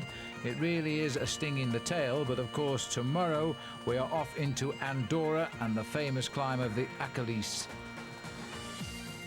But from now on, you can expect Olano to be finding himself under pressure, and to see if there is any weakness there from the rumours which are circulating on the tour. There's the Pla de Beret at Val d'Aron. 8 kilometres of climbing to the finishing line today. And the peloton already in the mountains and making steady progress. And at the back of the bunch here, Olano is making no progress. He's had to have a bike change. That's not the way to start at the Pyrenees. He's got one teammate there willing to hang on for him and get him back into the pack. But that is bad luck for Abraham Olano. No idea what the problem was. But judging by the riders taking a natural break on the right, there's no big action in the peloton. So a routine change, I suspect. He should be back in there now. Emerging from the tunnel here. This is not the complete field now. This, in fact, is a small breakaway that has come together. There is no one in this group, as far as we know, who is going to do any damage at the moment to the overall lead. Alex Zülle on the far side. As we're looking here at the springing forward from that group now, another little section of riders as we start to face up to the 8 kilometres. And in fact into the final kilometre now, which is where it gets really steep, but the race has split up asunder. And these riders are trying to sort out the sprint here. Daniel Nardello is the Mappe rider in that break. This is the main race being driven on here, and I don't think Olano is there. These 4 riders are Garcia Casas from Festina, Peña from Vitalicio, he's in the red jersey. And the Kelme rider is Uria. And that is Uria in 3rd place now, as 2 on the inside goes Peña. But he's taking on Nardello. Nardello is not a bad little rider when it comes to a group like this. And it looks as though Nardello, with 150 metres to go, is shoulder to shoulder with Peña. The other 2 are fast tempo, but out of it, off the final bend now. Daniele Nardello for Mappe gets a victory in the Vuelta. Peña 2nd, Garcia Casas will be 3rd, and here comes Abraham Olano. Now there's been a lot of riders finished since Abraham Olano has come into our shots. You see the time gaps on the winner, and Abraham Olano has conceded around about half a minute to his main rivals, Tonkov and Ulrich. I think he's done enough to keep his overall race lead, but the gaps will have come down. First to the winner on the podium. Daniele Nardello gets the victory. Only a small trophy today for him, but overall there are changes now, and Abraham Olano is only a minute and 39 seconds ahead of Jan Ulrich, and there he is in his yellow jersey. He looks okay, but I'm not so sure he is well now because he cracked today. Well, today will show up any flaws in anybody's makeup. 201 kilometres, the riders now heading deep into the Pyrenees through La Seu d'Urgell, and finishing in Andorra, that beautiful principality, and right at the top of the climb of the Alcalis. It's a tough climb. Most of the riders know it, especially anybody who's ridden in the Tour de France, because that race has also finished at the same position. And it's a days of ups and downs. It's only a question of finding out who will be up and who will be down. The riders leaving the town of Sort for Andorra and to the top of the climb of the Alcalis, 147 kilometres. And the riders managing to smile. Even Marcel Wüst here on the right of our picture with 4 stage wins under his belt. Not a day he'll be looking forward to, but he'll be searching for the autobus, no doubt, when the pressure goes on, and make sure he gets through to the finish. And it looks like Vladimir Belli there, and there it is. So he's already gone out, an early abandon. There'll be a few more to follow him today, I suspect, on this second day in the Pyrenees. The Tour now over halfway. Abraham Olano had one bad day and some extremely good ones so far, although he doesn't look like a man who's enjoying the day at present, and the climbs have yet to seriously begin. There's a group now containing Ulrich clear, nearly a minute and a half ahead of Olano. Now that should set alarm bells ringing here, because the climb up the Alcalis is a tough one, and Ulrich, of all people, knows it so well. And we've got Gonzalez Galdeano, and he is leading at the moment, and there he is. He got clear of the group. Now this will be a little bit of a surprise, but he's a Spaniard riding on neutral territory now, but he can expect all the cheers to come his way, I think, because he's the younger brother, by the way, of Alvaro, and he's having well, an inspired Tour of Spain, to say the least, since the day he won the prologue time trial. This is Beltran on the left of our picture, and Peña. He's not going to do anything to endanger his leader up the road just now. Ulrich is in that little group behind. Olano is even further back right now. Back up to the leader, Galdeano. Beltran being left to do all of the chase up the mountain.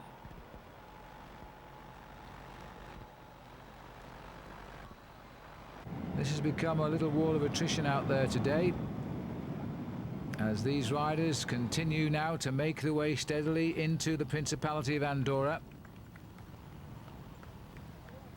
He's gone very early on, I must say, Galdeano. He's not a rider that's been heavily marked, but you've only got to look at his reputation these last 10 days or so.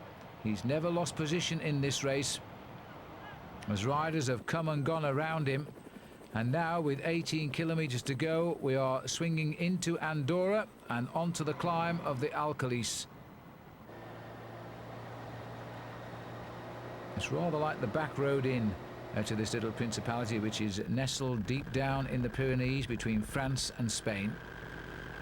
Casero behind in second position, the champion of Spain.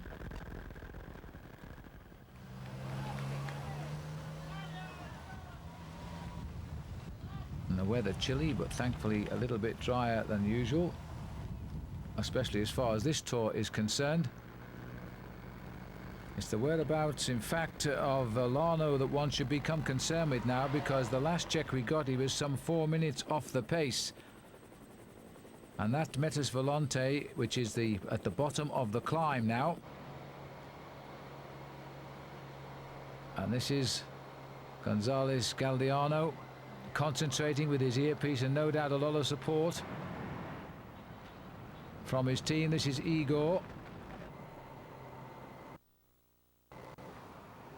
Started out well this season. He's only ever won 6 races in his career. And one was this year with the 5th stage at Tirreno Adriatico, which has given him a nice little boost. I think it's 5 races he's won, I think. No, 6 with the prologue, that's right. He's won the prologue, hasn't he? That's right, 6 he's won. And now looking for what I think he would chalk up as the finest win of his career if he could win to the top of this climb. But that's a tall order, as this little select group behind, which has got the king of the mountains in there, Jose Maria Jimenez. Also in there, as you can see, Ulrich is driving this one on now, and this is looking like the Ulrich of old. Remember when Ulrich took the lead in July on the year he won the Tour de France in '97? It was on this climb where he attacked it at the bottom and passed Cyril Vasseur and went on to pull on the leader's yellow jersey. He never looked back. And now he's trying to liven this group up behind here and see what they can do. Well, it's going to be a tough one, because this race is now splitting up all of the time here. Heraz is trying to shake them out a little bit there for Kelme, because poor old Fernando Escartin is watching the racing daily from his hospital bed now after that accident. Now, as far as I know, Tonkov is also in this group, so that really the man who is missing is the yellow jersey. It's been a difficult few days for him, I think, and he's hung on in there. Now we're going to find out just whether he has serious problems or not.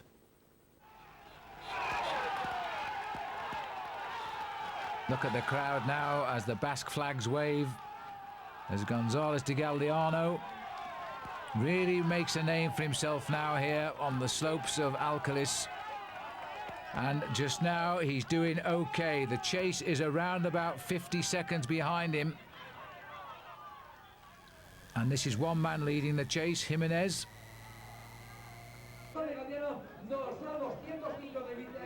But it's all over, because he's in amongst the barriers at the summit now. As he comes up towards the line, the smiles on his face, grimace now, but they'll soon turn to smiles. This is going to be the greatest win of his career. It is topping off an unbelievable Vuelta for him. It's going to put him right up there on the leaderboard. Time will tell, the next few minutes, whether it's a golden jersey waiting for him. Come on, he says, give me some more. He's going to enjoy this and throw away a couple of seconds, but it doesn't matter. So, Igor González Galdeano gets the stage win in the Pyrenees in Andorra. This is the little group that's coming up now, being led here by Jimenez, followed by Heras, and the other man there is Leonardo Pipoli, who's also had his ups and downs in this race. He fell on the previous mountain stage leading into the rest days. Now he is trying desperately to get something out of this. Heras, not really reputed as a sprinter, but at the top of the climb, it's who is the strongest, and this time it is going to be Roberto Heras who gets it. On the line, the clock says 39 seconds, maybe 40. Jimenez and Pipoli is the order over the line. Looking further back now to the riders coming in here. This is Tonkov at the head of this group, and this might be the new leader of the Tour as well, because we haven't seen any signs. Ulrich is coming to the back of this group, so he could be the next man in the hot seat. As over the line, it's Jose Luis Rubira who takes it for Kelme. They've had a great day, haven't they? And in that group, Tonkov and Ulrich, just over a minute back on the winner. But where is the yellow jersey of the Vuelta Espana? This is Santiago Blanco here, and it looks like Jose Manuel Uria is coming with him. Yet another Kelme man. They're beginning to enjoy their tour now. It's a long way to the finishing line when you're tired, but Blanco is not going to be challenged, I don't think, by Uria. He's happy to follow him home. No point in using unnecessary effort at this stage. They're only sprinting for about 10th, 11th, something like that. Blanco crosses the line. And a little thank you very much from Uria. And looking down here, I think this is 8 Jose Eito Oza, who comes in. Well, we still haven't seen any signs at all as they present the prize here. Magnificent prize it is too for Gonzalez Galdian. Oops, now 1, 2, 3, and up you go. And doesn't he look happy? Here is Van den Broek bringing home the yellow jersey. And so we're looking at the clock now, and it's 8 minutes and counting. So I have to say that after some 12 or 13 days in yellow, Abraham Olano stops his watch on the line and will know that he will not be called to the podium tonight. He is indeed out of the golden leader's jersey, and the man who's got it, as he did in the Tour de France 2 years ago, Jan Ullrich, is now the leader of the Tour, and that, I think, for everybody is a big surprise.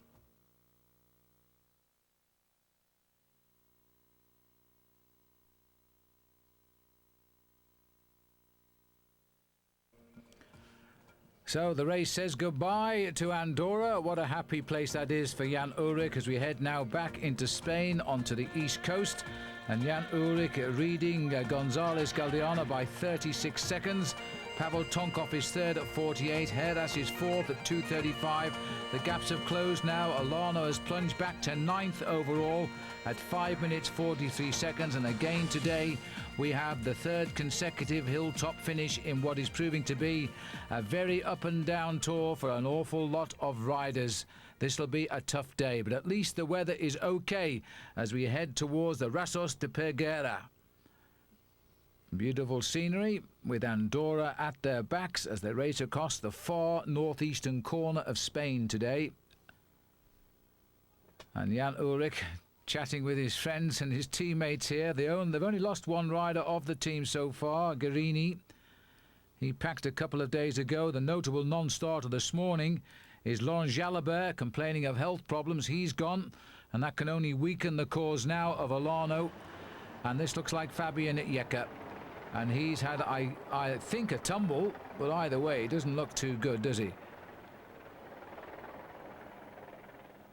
He's in all sorts of pain there, and we're leaving him on the roadside as well, because there's a little breakaway being forced here by Alex Zuller as he comes up on the outside. No reaction. Can you imagine that a couple of years ago when Zuller was winning the Tour of Spain? They would never have allowed him to fly off the front like that. But this year, he's not riding as well as one might expect, and neither is Benesto team at the moment. This has become, again, as one expects, an infight amongst the Spanish teams who all want to grab the limelight. It looks as though Zuller's got himself a nice little escape at the moment, though. Been joined by Peña. Peña's been in the fray in this last couple of days. He's still a lot of work to make to get time back on the general classification. And he's gone anyway now because this is Odriozola and Micheli from the Liquigas cover. So two Benesto riders. And there is the odd man out. Number 96, Micheli. From the Liquigas team. And the Italian versus a Swiss and a Spaniard. And coming up like an express train is Jose Jimenez. And that should keep things under control as they try now to control the front. The Telecom boys doing what they have to do here. And I must say the US Postal Service, we haven't seen hardly anything of them in this race at all. They've only got, in fact, 4 riders left in the Tour now. 3 of them went out on the 12th stage, which was the stage yesterday up to the top of the Arcalise. So they're only left with Frankie Andreu, Julian Dean, Frankie Hoy and Glenn Magnusson, their Swedish sprinter. Main field keeping a fast tempo, but still away from the field is Alex Zuller. Won't create a huge reaction, I don't think, from Ullrich and the boys just yet. A lot of time can be made up on the finishing climb as they go up towards the finish. Here is Nicola Micheli in the Benesto sandwich.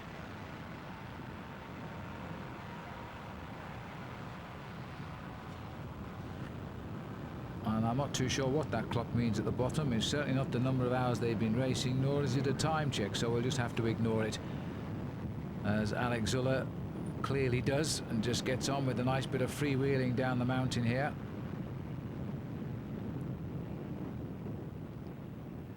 How he slipped, especially after his ride up to Arkelis, over an hour down now. Hence the reason why nobody is bothered when he made that sprint off the front of the peloton, and Michele even better than Alexula right now.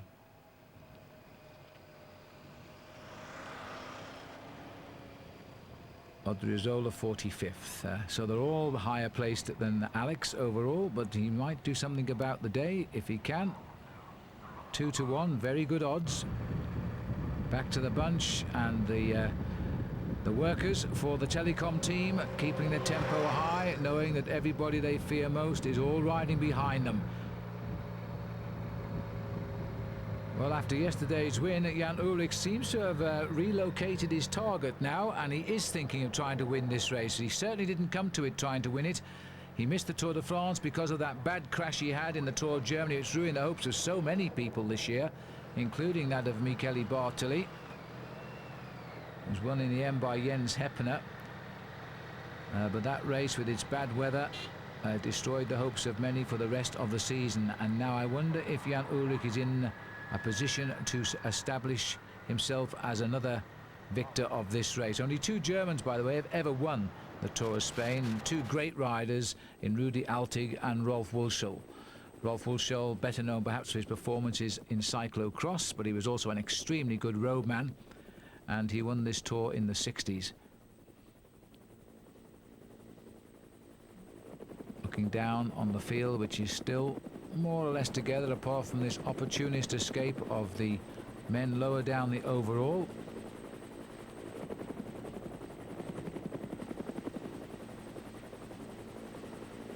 Oh my goodness me, there's been a huge tumble down there.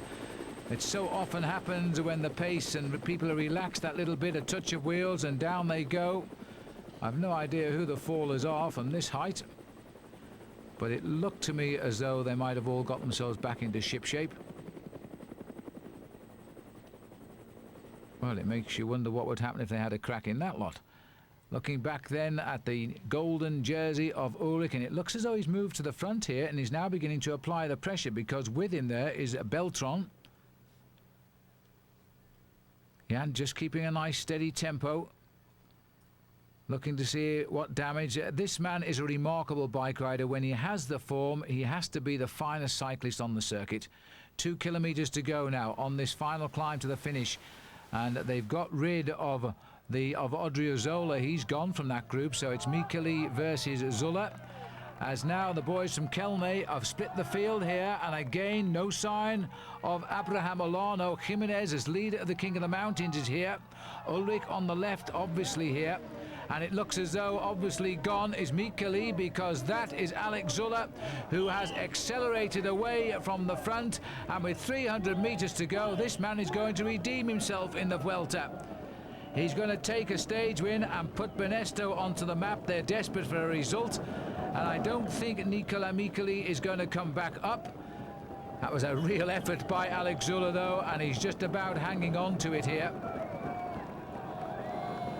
He's not thinking of overall, he's thinking of establishing a little bit of pride, I think, as Alex makes his way up to the line. Lucky 13 for him. Another rider I didn't spot in that group, we've just seen with Ullrich, was Pavel Tonkov either, and I wonder where he is. This might be a good day for Ullrich in retrospect. We'll find out soon as Alex comes over the line to get his stage victory for Benesto. Look at the gap he put into Michele. Michele obviously knew that when that attack came he had no more legs left, but at least he's hung on to take second place, 14 seconds behind. Now, what's happening with that battle behind? Jimenez, the King of the Mountains, still riding a superb Vuelta, sprinting clear of the group behind. He will finish in third place. So first and third for Benesto today. And that looks like people making it first, third and fourth. So they've got the team and are building up a nice position there, as in comes Jan Ullrich in the gold jersey, followed by Heras. 40 seconds plus gone by. Still no sign of Tonkov as two Kelme riders come in. That's Para, I think it was, from Vitalicio. A little bit of an interview and a word on tape from Alex Zuller, the Swiss rider. But Tonkov, I think, is the rider who is losing time. Here's how Alex did it. I'd already done it by this point. Zipping up his racing jersey, ready for the two-arm salute. Little check over his shoulder. No sign of the Italian. All is well.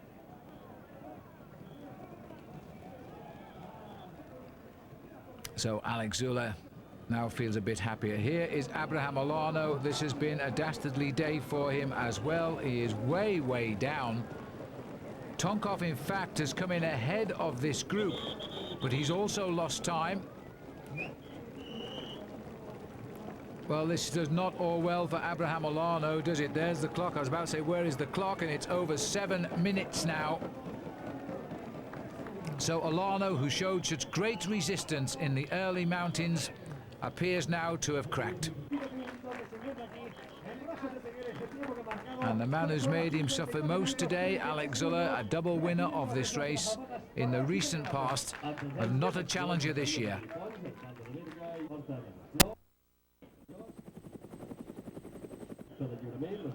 And the yellow jersey for Jan Ullrich, who now leads González Galdeano by 49 seconds. Heraz is up to third.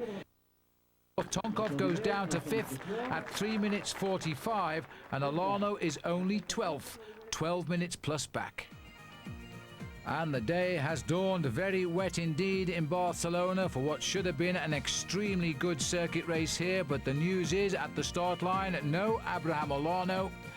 He has withdrawn again because of health problems and has gone for a checkup to hospital with stomach pains and blaming it on the fall well over a week ago in the first mountains. Well, that really is very sad, but he put up a tremendous resistance, one has to say, but he's gone now. And we look at the tremendous conditions here now, and the riders themselves are still making up their minds whether to race or not, because they wanted this stage to be annulled today. Conditions are so dangerous.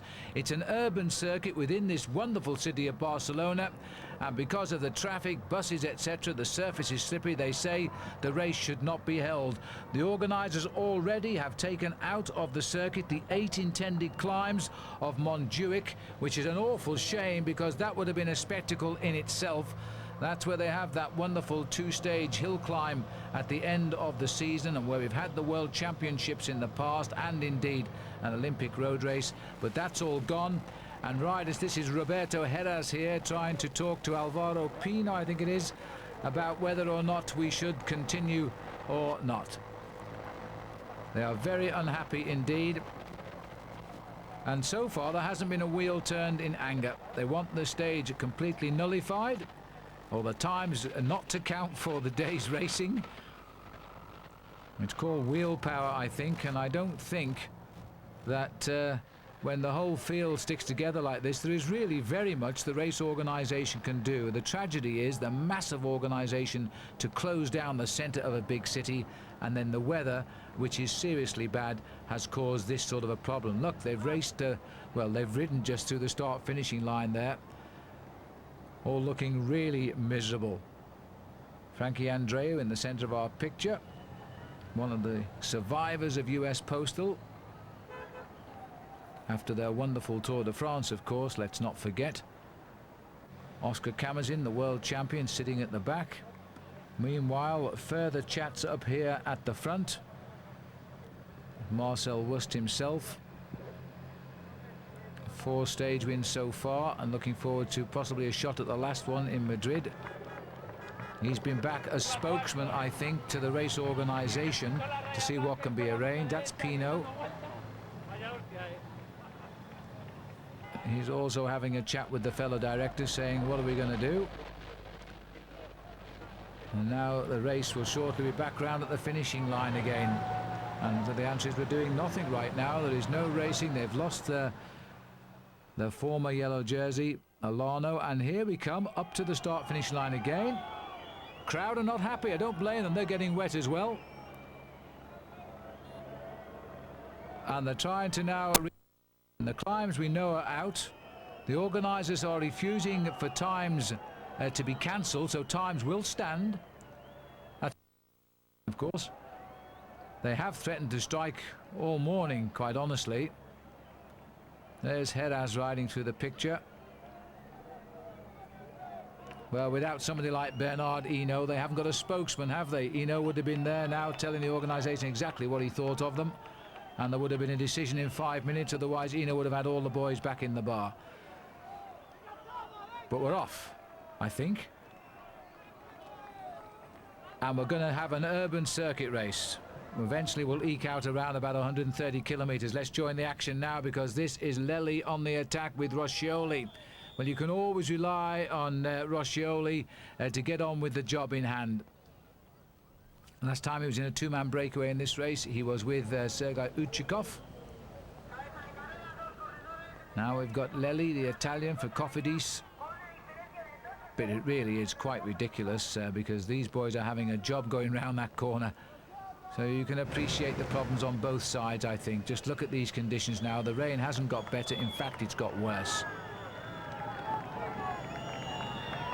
And you can hear the crowd just whistling them around the course. But I think it's 6 of one and half a dozen of the other in this case today. But it is such a shame it all happened in Barcelona, this magnificent city, host of the 1992 Olympic Games, which were great games. Particularly for Great Britain, of course, and for British cycling because of Chris Boardman's gold medal on the track. 1 kilometre to go. Nobody's bothered to chase these two down. Now, Paolo Roscioli is on the back wheel of another man who's not well known for his sprint this time, like Uchikov. I wonder. And Roscioli's playing the same tactic. He's put the other man in front, and he's going to sit there and take him to the line and just see if he can match him better than last time out. So he's on the shoulder of Lely.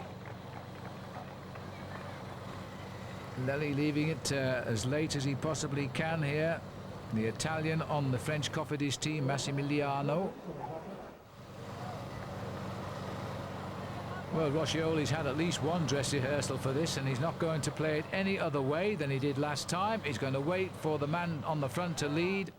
And no, now he kicks. Now he gives it again, almost a photocopy of the last time. But this time, Lely's gone to the other side of the road, and he's got nothing like the response that Uchikov have.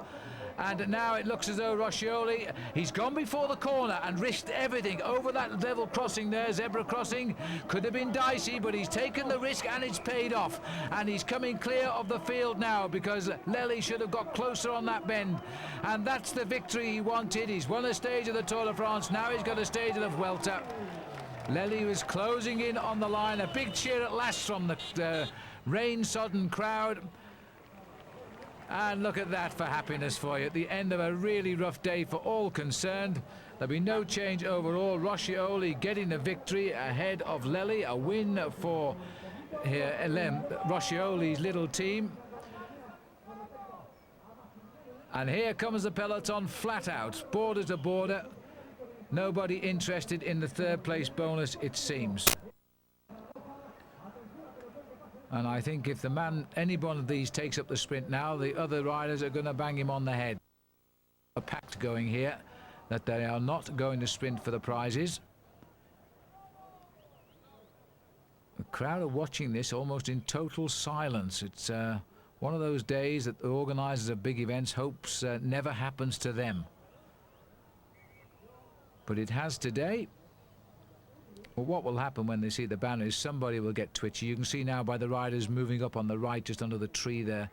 And now a little bit of movement on the left as well. Slowly but surely there is speed picking up as the sprinters can scent the banner.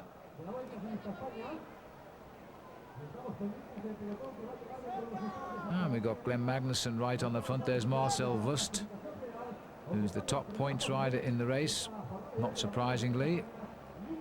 Another US rider goes round on the right of the road, and I think that's Frank Hoy. It might be Magnussen, actually. No, that's Magnussen up on the right there. So they started the sprint now. Wüst is not taking a great deal of interest, although he's throwing away a few valuable points here for his leader's jersey.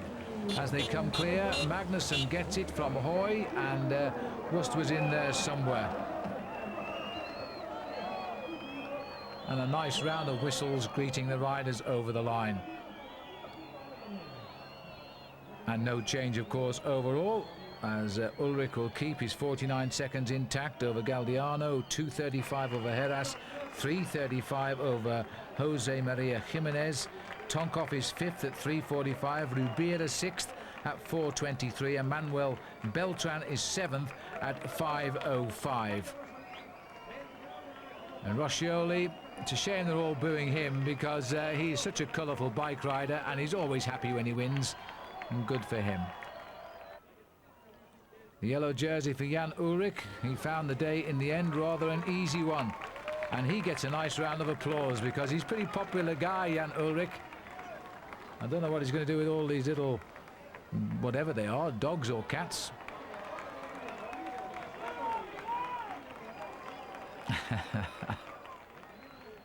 Learning to fly. On to Valencia. That's our next point of call in the Vuelta de España. And this a stage of 193 kilometers from La Senya to Valencia. We're now entering the final week of the Tour of Spain. And gone are some of the men who made the news in the opening days. And now gone too is this breakaway group. And these are perfect conditions and an extremely good stage for a long breakaway. And the riders on the attack aren't going to affect the destiny of the yellow jersey at the moment, at least. There's Vyacheslav Yekimov, who's rumoured to be on his way back to the US postal team, and there, just in case, could be next year's teammate for him. Frankie Andreu has made the split today.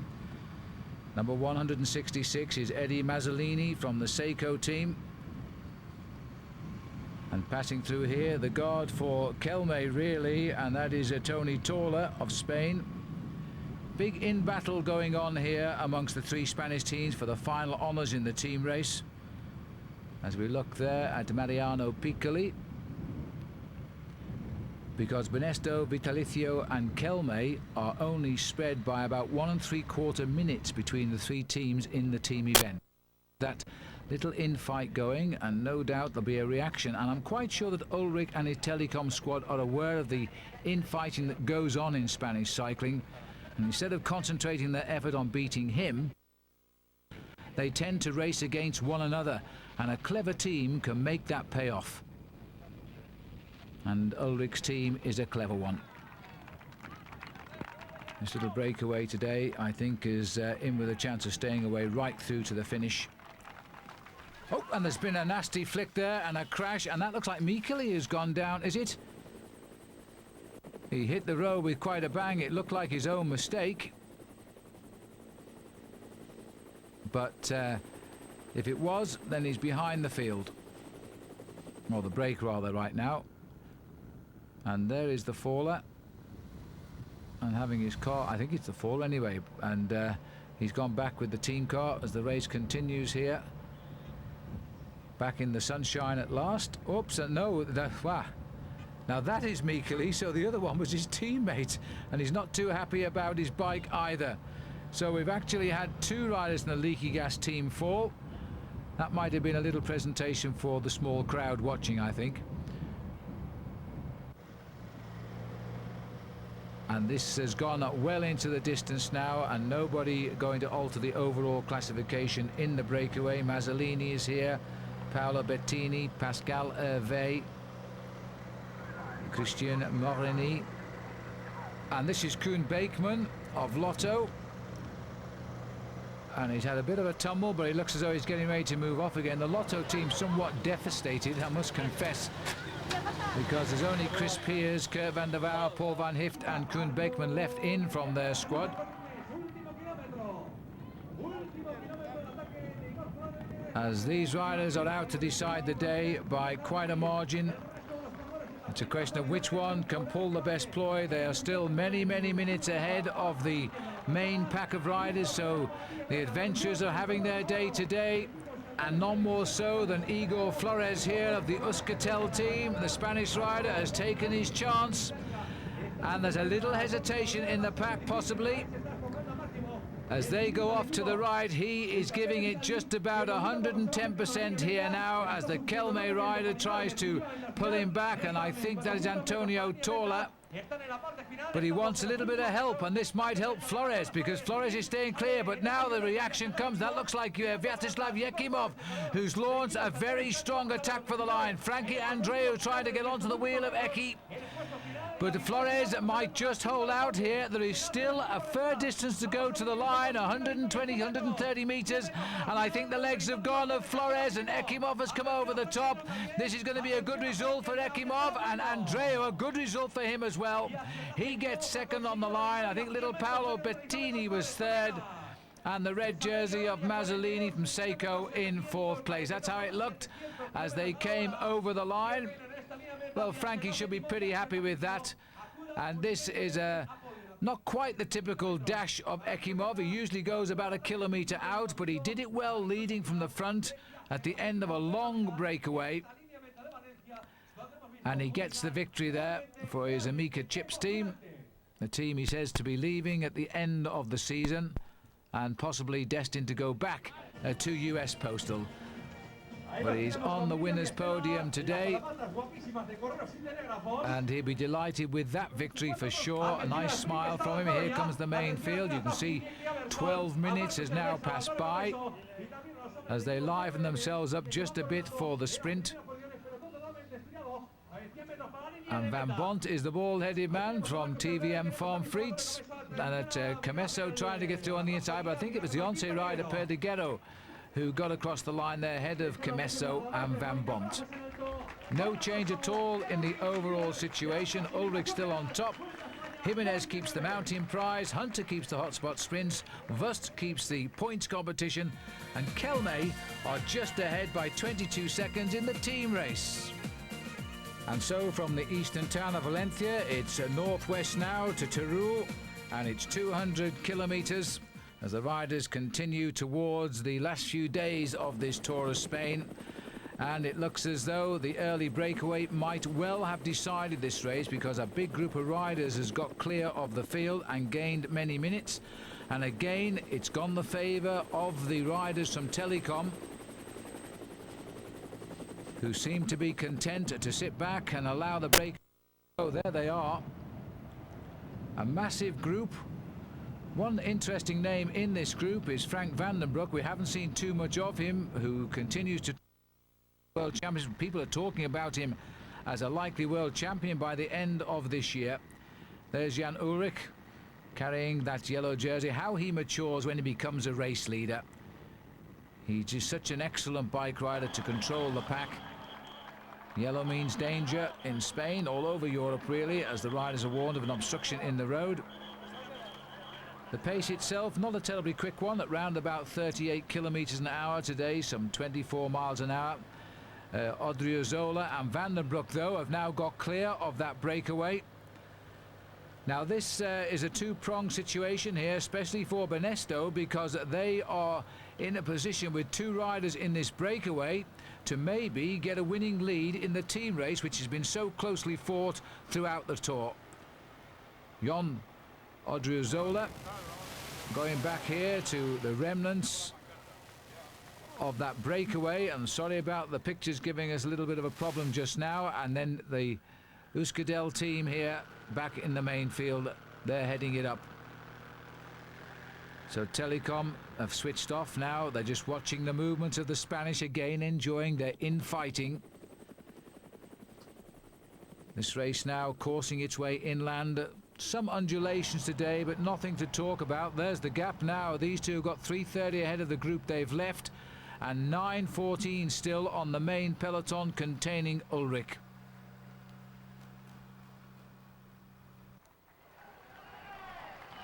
Now, is Frank Vandenbroek going to continue his progress towards the World Championships here with a good result today?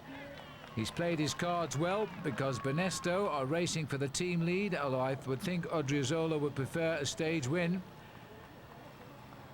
Vandenbroek, winner this year of Liège-Bastogne-Liège, had a wonderful early part of the year. He was second in the Tour of Flanders, 7th in Paris-Roubaix, and also the winner of Het Volk, the opening Belgian classic of the year. Then he had a down patch, and now he's back. And he is just allowing the Spanish rider to fry there and waiting to pounce. This has got to be a formality for Vandenbroek now.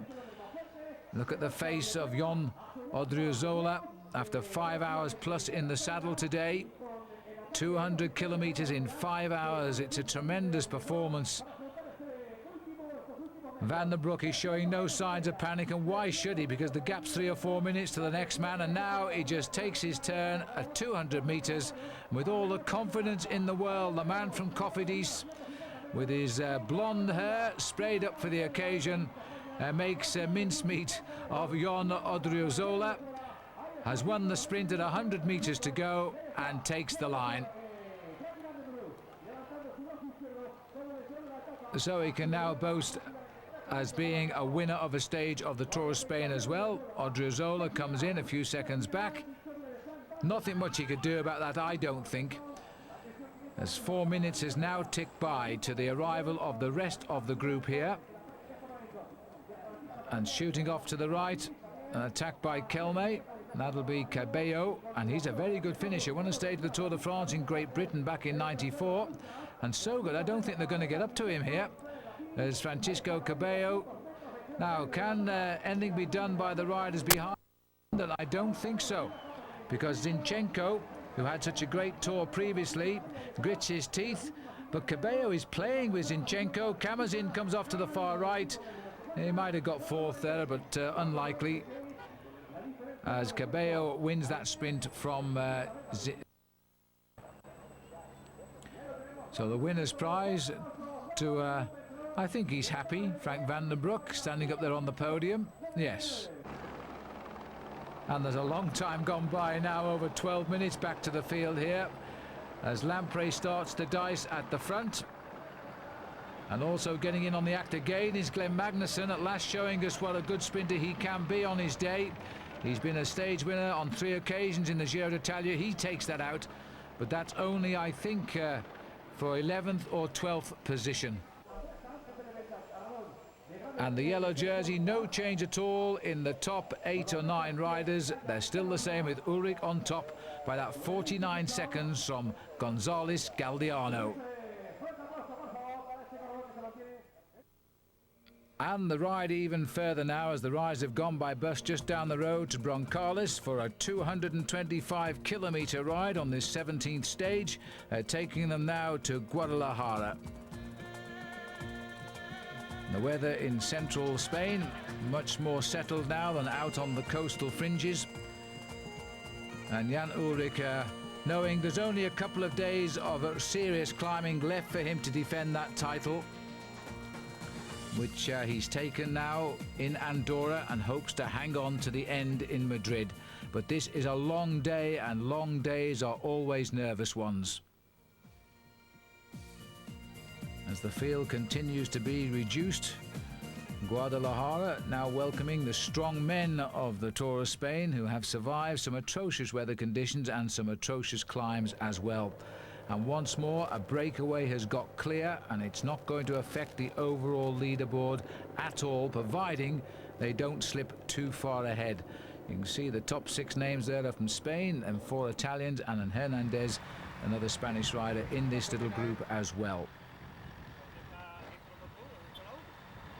Well, as we look at the group here, news reaching us, in fact, that Angel Casera, the champion of Spain, has called it a day and abandoned. And surprisingly, Marcel Wüst has also given up as leader of this race on points too. He's getting tired by the day, and that is very unnecessary. Waving at the camera and looking the other way. Now, that's happened, as we've seen in the Tour de France, and it seems to be the in thing right now. And these riders have a right to feel a little bit aggrieved there. Ralf Grabst was the rider who went down with a bang. And that young lady should feel suitably embarrassed by what she just did. Well, I'm pretty sure the breakaway will allow them back together there after that incident, as we now move on up the road here. And it looks like we've got a breakaway by leaky gas. I must say, I don't recognise the rider here as he races away on his own, but he's having a go for it. And the main field are going to have a job to catch him. In fact, Mareni of Italy, second-year pro, and he's never won a bike race as far as I know since he turned pro. And I think he might well have got this one right, because as he comes up, he checks over his Guys, by the way, have never won a stage in the Tour of Spain before either. But this might be a nice little escape that's going to work and give him a little fairy tale to tell his grandchildren later in life. As he looks over his shoulder now, he stays clear of the field. They are racing for second place behind, that's for sure. As the Kelme rider dances around, that'll be taller. Benesto, by the way, yesterday put a 10-minute buffer in the lead after that breakaway in the team race. So they're looking good for that. As Antonio Torla being challenged here by Garcia Acosta. And it looks like he may have got second, but there's no doubt about the winner. He's riding to victory here, Christian Mareni. He won't believe this. This is going to be a superb result for him and his team. I think the Italians next door are scratching their head here as to ask who he is. It's his first victory, and you've got to start somewhere, and he gets a wonderful win. Garcia Acosta is fuming because he's got second, and Michael Zarabitia is over there in third place, and I think it was Mariano Piccoli of Lampre getting the fourth.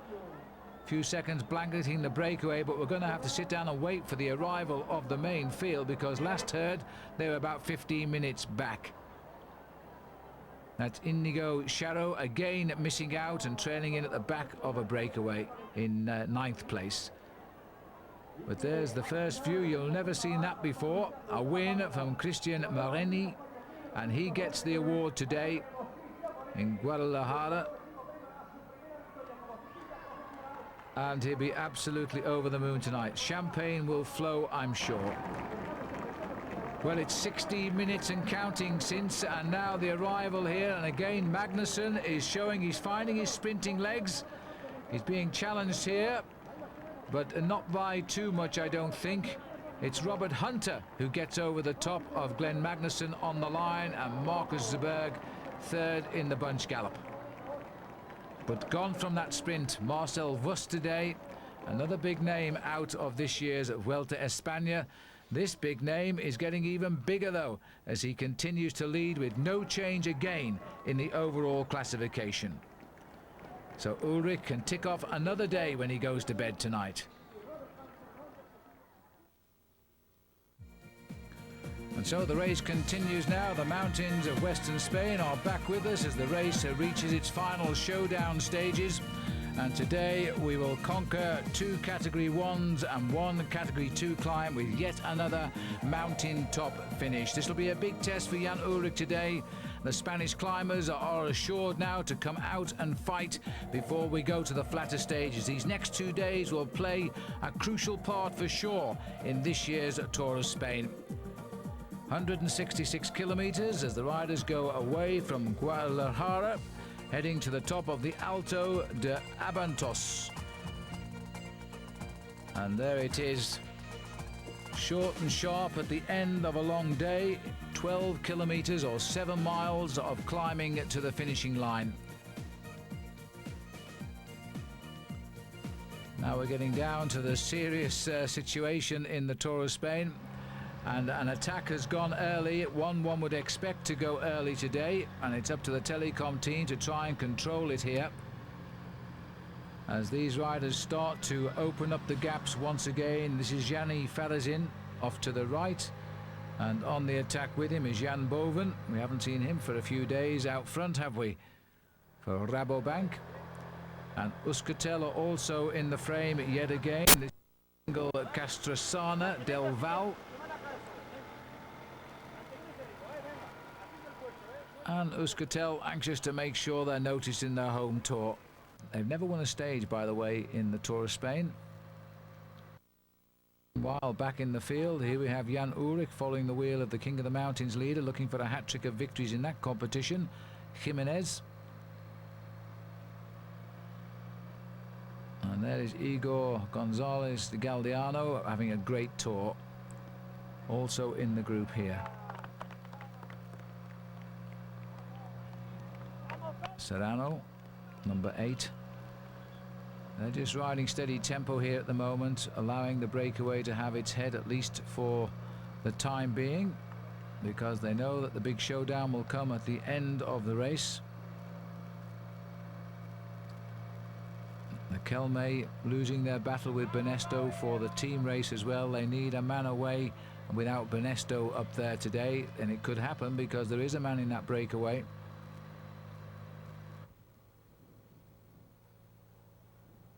Ulrich just waiting for others to make the move now. Very good tempo, and it's the Benesto boys here who are trying to crack the race wide open. They need to limit that escape up front if they want to keep their hands on the team race, and they know it. And Ulrich can profit by this, and he knows that. Again, the weather here as we race across Spain, right in the interior, is not great.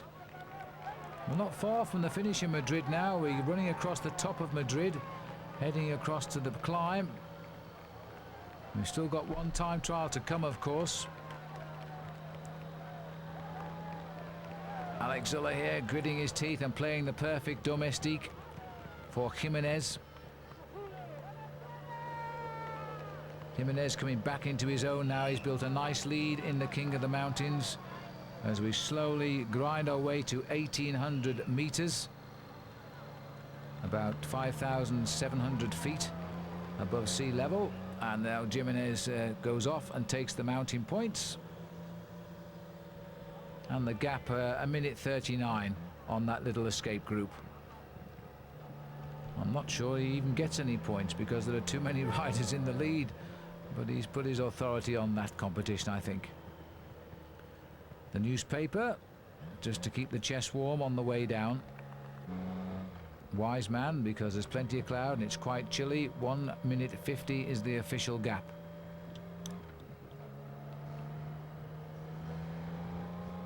And the attacks have been happening today from the 6 kilometre point when Lopez Uriarte from Benfica went clear, but he was brought back.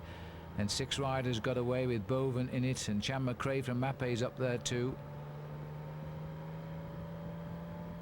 Smetanine, who's a good sprinter from Vitalicio, we caught a glimpse of him earlier.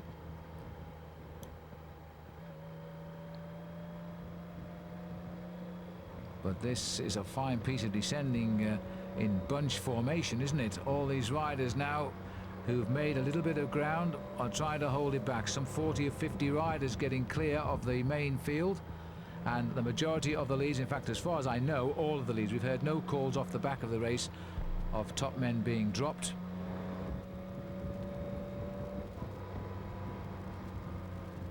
Now, if they keep this sort of rhythm up, they might well get back up to those leaders, because they're all well aware that the last climb of the day is a 12-kilometre steady slog. This is Jan Boven. And that is Melchior Mauri, former winner of this tour, but we have to go back a few years.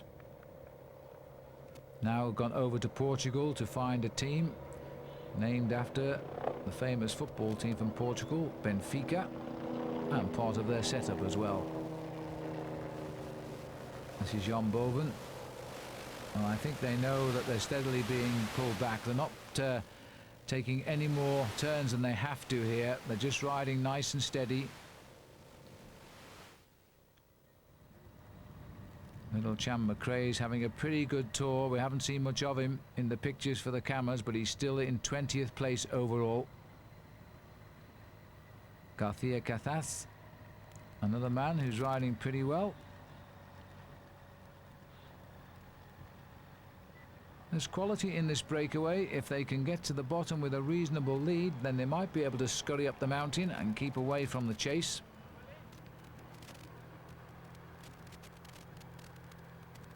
Zarabithia is the Once rider in this breakaway. And he must be tucked in there, be near the back riders, because I haven't seen an Once. Yes, there he is. 2:23.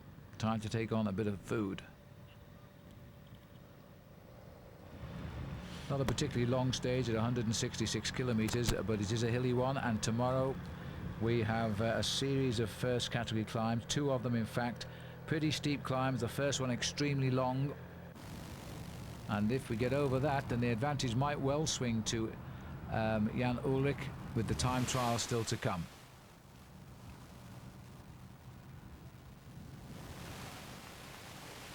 Well, that's the top of the climb where the clock has started, so there's only one climb left now, and that's the Abantos itself. There's Frank Vandenbroek going through. The pressure seems to be off the team race now. Benesto have done pretty well there, Ralph Aldag. And the yellow jersey, or the golden jersey, of Jan Ullrich seems to be brought back here. It looks as though he's been behind the race for some reason. And now his team are taking him back up and putting him back in position at the front.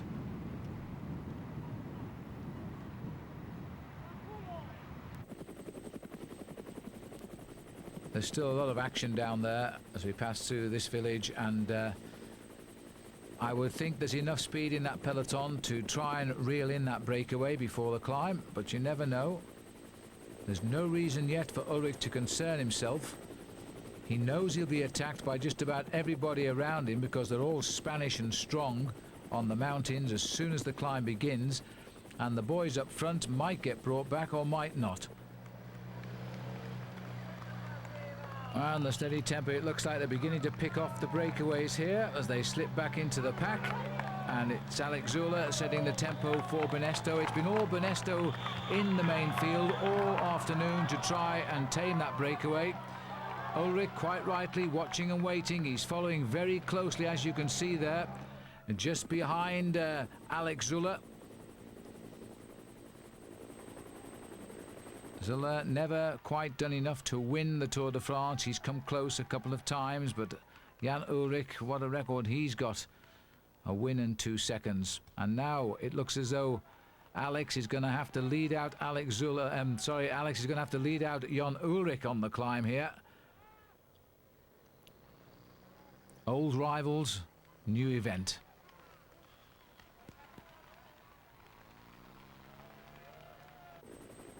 Now this is the climb itself as they start to pick off the men in the breakaway one by one. They're coming back to this group here now, and Alex has really set a tempo onto these slopes. They're 12 kilometers and clearly on the attack in favor of Jimenez, his team leader now. And Alex is such a marvelous bike rider. When it's his day, he can win the race. When it isn't, he will give all of his energy without any feeling of self-pity to help out the rest of his team. And as a result of the effort, he's going to break up this leading group. And it looks to me as though Jan Ullrich might just be in a little bit of trouble here. He's come right down from the pace of Zula and has slipped to the back and is slipping off the back. Now, this is the first time. Perhaps the wearer of the golden jersey this year is not so solid after all. We've seen it happen to all of the leaders this year. As an attack is going off the front here from... All of the riders from that breakaway, as far as I know, are now caught and dropped. I don't think there's anybody ahead, and this tempo by Zula is fantastic. It has destroyed Jan Ullrich. And that Ullrich is isolated from his team and is losing ground. Everybody's entitled to one bad day. That's what Olano said when he had his, but after that he packed it all in. And this is a full-on effort here from the Euskaltel boy. Well, it is. I was about to say it looks like Roberto Leseca. He's not a rider we see very much of. He's won one race in his career, and he's giving it a good go on this very narrow climb. Ullrich has recovered. The road has levelled that little bit to let him get back on just for a second at least. A chance for a few deep breaths. There's no doubt, though, that Ullrich is in trouble here. I wonder if the rest of the riders in that breakaway have realised that Ullrich is in trouble. And now the attacks are coming. This is Cuesta, who sprints away. And again, Ullrich is going to have to think of reacting here. Cuesta is no longer riding high on the classification like he was in the first week. And Ullrich once more under pressure as they lift the pace. Well, Gonzalez Galdeano is still within seconds of that leader's yellow jersey, and there he is right at the head of this group. That's Jimenez. And the big guns are beginning to fire now. I think the message has gone around that Ullrich is struggling here. And being dropped off the Brackish Cresta after that little spirited sprint, he's paid the price. Jimenez, a wonderful climber, is now free as the bird again.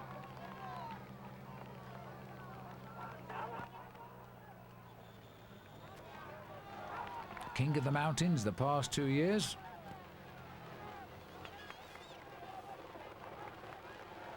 Remember that still ahead and only just ahead is Robert Leseca. And we are in all sorts of problems with our cameras just now inside the trees here. Trees always kill our signals that go up to the helicopter.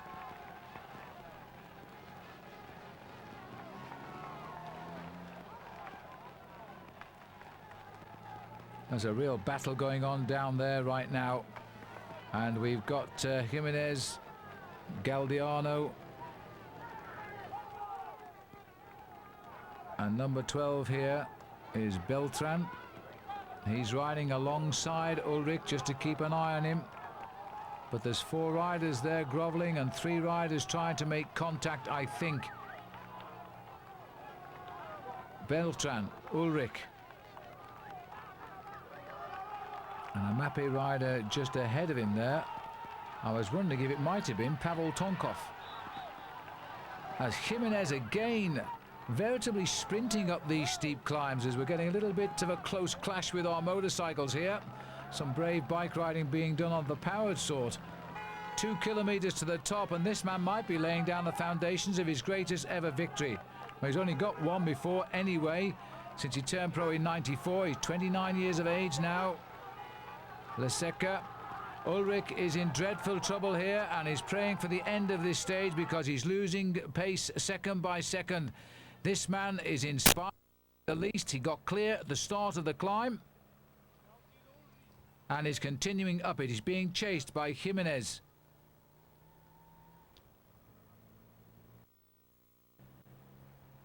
And Jimenez, very typical of a climber who power climbs. He sits in the saddle for seconds, gets out and kicks again, recovers in the saddle and kicks again. He's gone up onto the big chain ring now. Oh, this rider's doing the rider's life. He's staying on the small chain ring, look. Cannot believe, I would think, that he's got to the last kilometre in the lead of this and he's going to continue as long as he possibly can. Jimenez might have another say if he gets his way. He's coming up quickly. We're looking at about 20 seconds, I think. Very difficult to say. Big cheers then for the Euskaltel rider, because this would be a first for a small team, and it's always nice when a small team can get a nice result over the top division squads. Jimenez, and that is Van den Broek. Now, goodness knows where he came from. He must have been in those 3 that we saw from the helicopter, because he's come from absolutely nowhere and is in full cry at 1 kilometre. And Jimenez had no answer at all to that sprint. So Van den Broek has crept up through the cars and motorbikes, waited and then attacked him immediately so he couldn't take his wheel. Now, has he made it too much of an effort too soon? Because it looks as though Jimenez may have just recovered a little bit better. Here is Ullrich. He's now under the 1 kilometre sign. So Ullrich is definitely losing ground today. And Jimenez is going to be closing in. And I've got a feeling our cameras aren't coming clean here, because I think there are other riders in between Ullrich and Jimenez, because we haven't seen Galdiano either, or Roberto Heras, and he has to be up the road somewhere. There's no doubt now that Leseca is going to get a great win, the best win of his life. The second win of a career which started out in 1994. He's making sure nobody is coming by looking across the barriers there. This is a wonderful win for him and for his team. And he's having none of it. He's just going to keep his full pressure on right up to the line here as he twists and turns his way through to the top of the climb here of the Abantos. Still finding the effort to sprint. Nobody's going to get to him now. This is going to be a wonderful moment. Don't fall off, for goodness sake, as he comes round the corner and gets the victory. So, the 18th stage of the Vuelta, he will remember. Now, Frank van den Broek with that inspired sprint is still clear. This man is coming good. And don't forget, the points jersey up for grabs at the moment, and he gets good points here for second place. And Jimenez recovered slightly to get third over the line. Now, I'm rather intrigued to see who does come up, and there they are. So Heras and Galdeano, no cameras on them, but are also clear of Ullrich and gaining time on him. This could be a switch of jerseys tonight as Heras crossed the line, followed by Galdeano. The sensation from the Vitalicio team. This is Tonkov coming through with Beltran on his wheel. The Once rider is Cuesta. Ullrich is there as well, but even in the dying seconds of the stage, they get a couple of seconds on Ullrich. Well, he's had a real rough ride today. He knows he's in a battle. He knows he hasn't won this race yet. Coming in. And that was Santiago, as the Kelme boys also finishing here now. That'll be Uria. But Jan Ullrich will be only too pleased to get, if he gets a gold jersey, and then to get off and have a rest, because today he struggled. His fitness not quite there. He looks very, very tired. And here's the man that caused the damage. What a brilliant ride it was by Alex Zülle. His teammate Jimenez didn't quite do it, but he did get time on Ullrich, and it was that man there on the right who destroyed Ullrich on the climb with some fine riding today. Just nipping in ahead of him is Massimo Codol from Lampre, but Zülle was the star of Benesto. This man was the star of the day, though. Euskaltel getting a stage victory, another first for them, and a first for him too. Now, a calculation, a quick one as it is. They are saying that Ullrich will get the gold jersey again, but the gap is down to 31 seconds on González Galdeano. The fairy tale continues for the Vitalicio rider from day one. Now, there's the latest situation. 30 seconds it is to Galdeano. Heras is third and up to 16 now behind Ullrich. It's still a two-horse race, really. Jimenez is up to fourth and still in touch with third place, and Tonkov in the frame there in fifth at 3 minutes 42. Further down the list here, time goes out, and Rubira, Beltran, Pipoli, Pera and Blanco filling the top 10 overall. Well, he's found time to smile because they've told him he's still the leader, but he still has a difficult day to come tomorrow before he feels safe.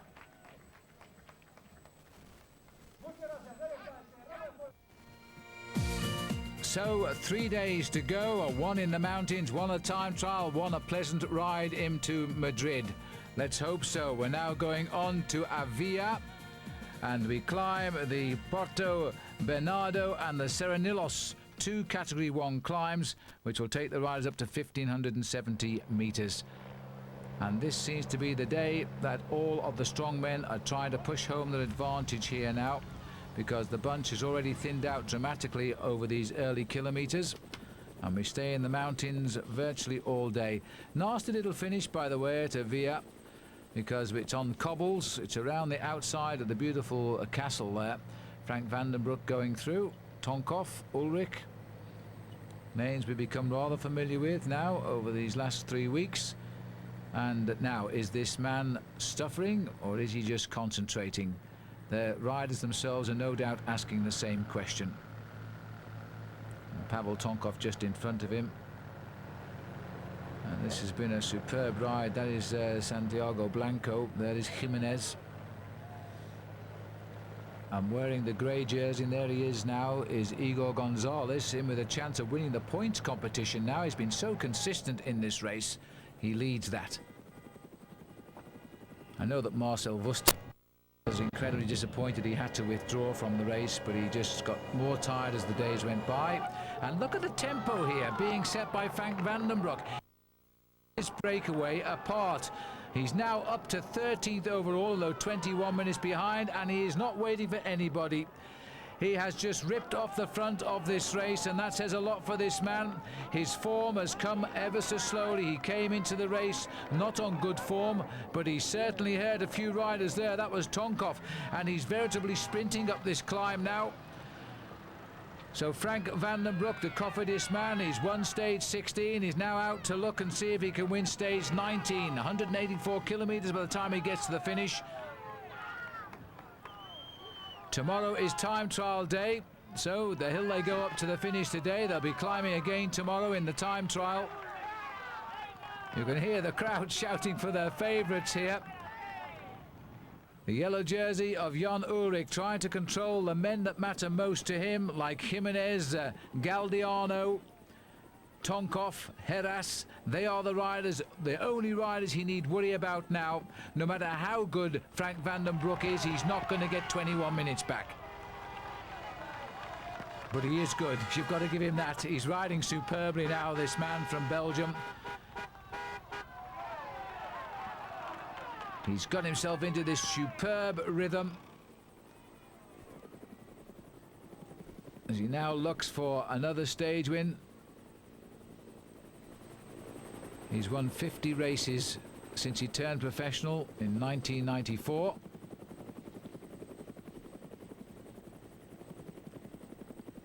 And the gap is there. And there's still the finishing climb to come, and he's torn this breakaway apart here. That really is fine riding by van den Broek. This is Adabitha here, who's sitting on the back wheel of Pavel Tonkov. And Big Frankie is now into his descending mode, and he obviously has gone over the top with no intention of waiting for anybody. Chance to get dizzy with him now as we go down, as he clips off the nose of the corners. Whoa, and he's descending here now probably in speeds of 80 to 90 kilometers an hour, 55 to 60 miles an hour.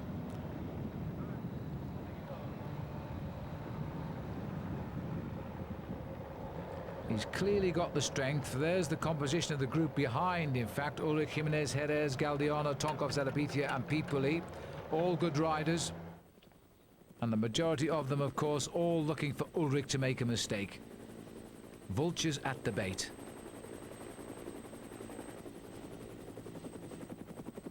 There's Heras in second position. Galdiano looks a little bit like Marcel Wüst, doesn't he, when he's riding along? Just the wrong coloured shorts. And now we're onto the cobble climb here, and still flown away from the coup is Frank van den Broek. Now it's the real grovel to the summit here for the big boys to try and sort it all out. This is Zadabithia, who's gone clear, and again will not cause a reaction. In fact, Zadabithia must have been in front, because van den Broek has been chasing him. Our cameras weren't with him, but he's almost on him now at the top of the climb, approaching. So Mikel Zadabithia was up in the lead there, and van den Broek has jumped on him and got him, and continuing the sprint to the summit here. This is our time trial finish tomorrow, but right now van den Broek, and look at that! This is look at the determination on van den Broek's face. He is ripped away from him. Stage 19 is in the bag here at Avida. As Frank van den Broek responds to the crowd, he looks over and kicks again. Now Zadabithia will have none of that.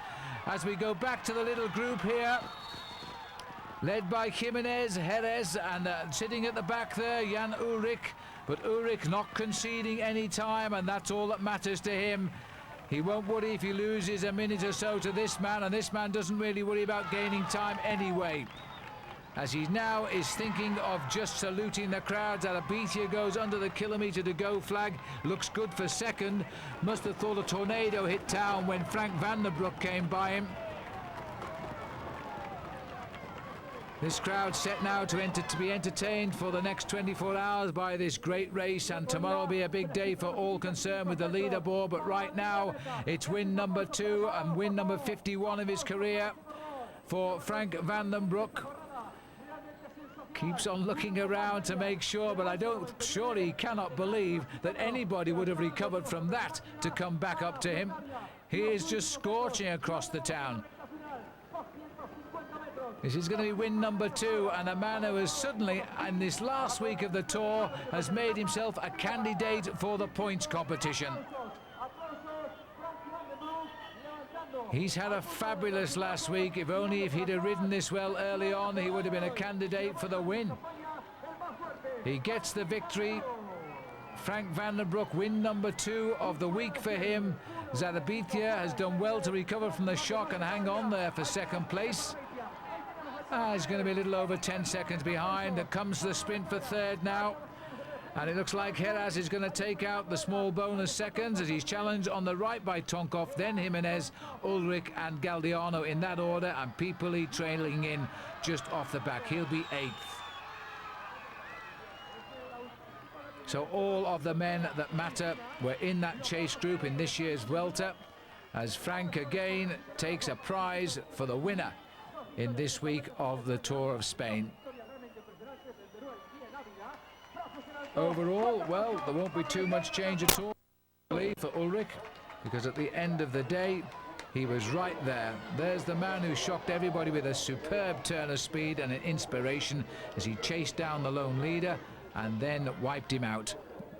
Overall, Ulrich has now been riding for 84 hours and still his gap is just 31 seconds over González Galdiano. But advantage now must go back to Jan Ulrich. We face up to the race's last time trial. 46 kilometers, the final race of truth, and then the ride down into Madrid. Ulrich has had an unpleasant week on a number of occasions, but it's back to Avia now. And the same finish as the one just conquered by Frank van den Broek, as the riders now start out as always in the reverse order of the overall classification.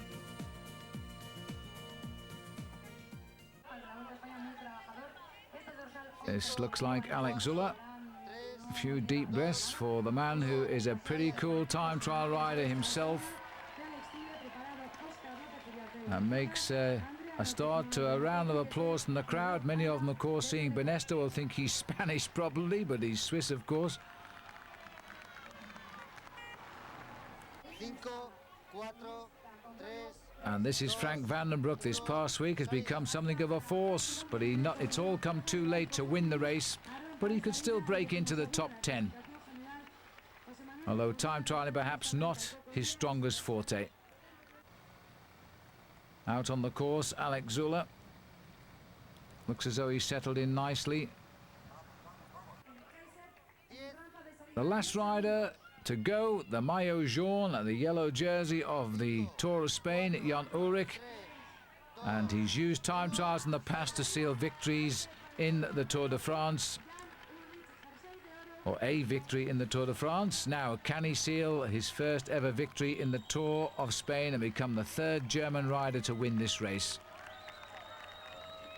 Over the years, 22 times the Spanish have won the Tour of Spain, the foreigners very rarely getting a look in.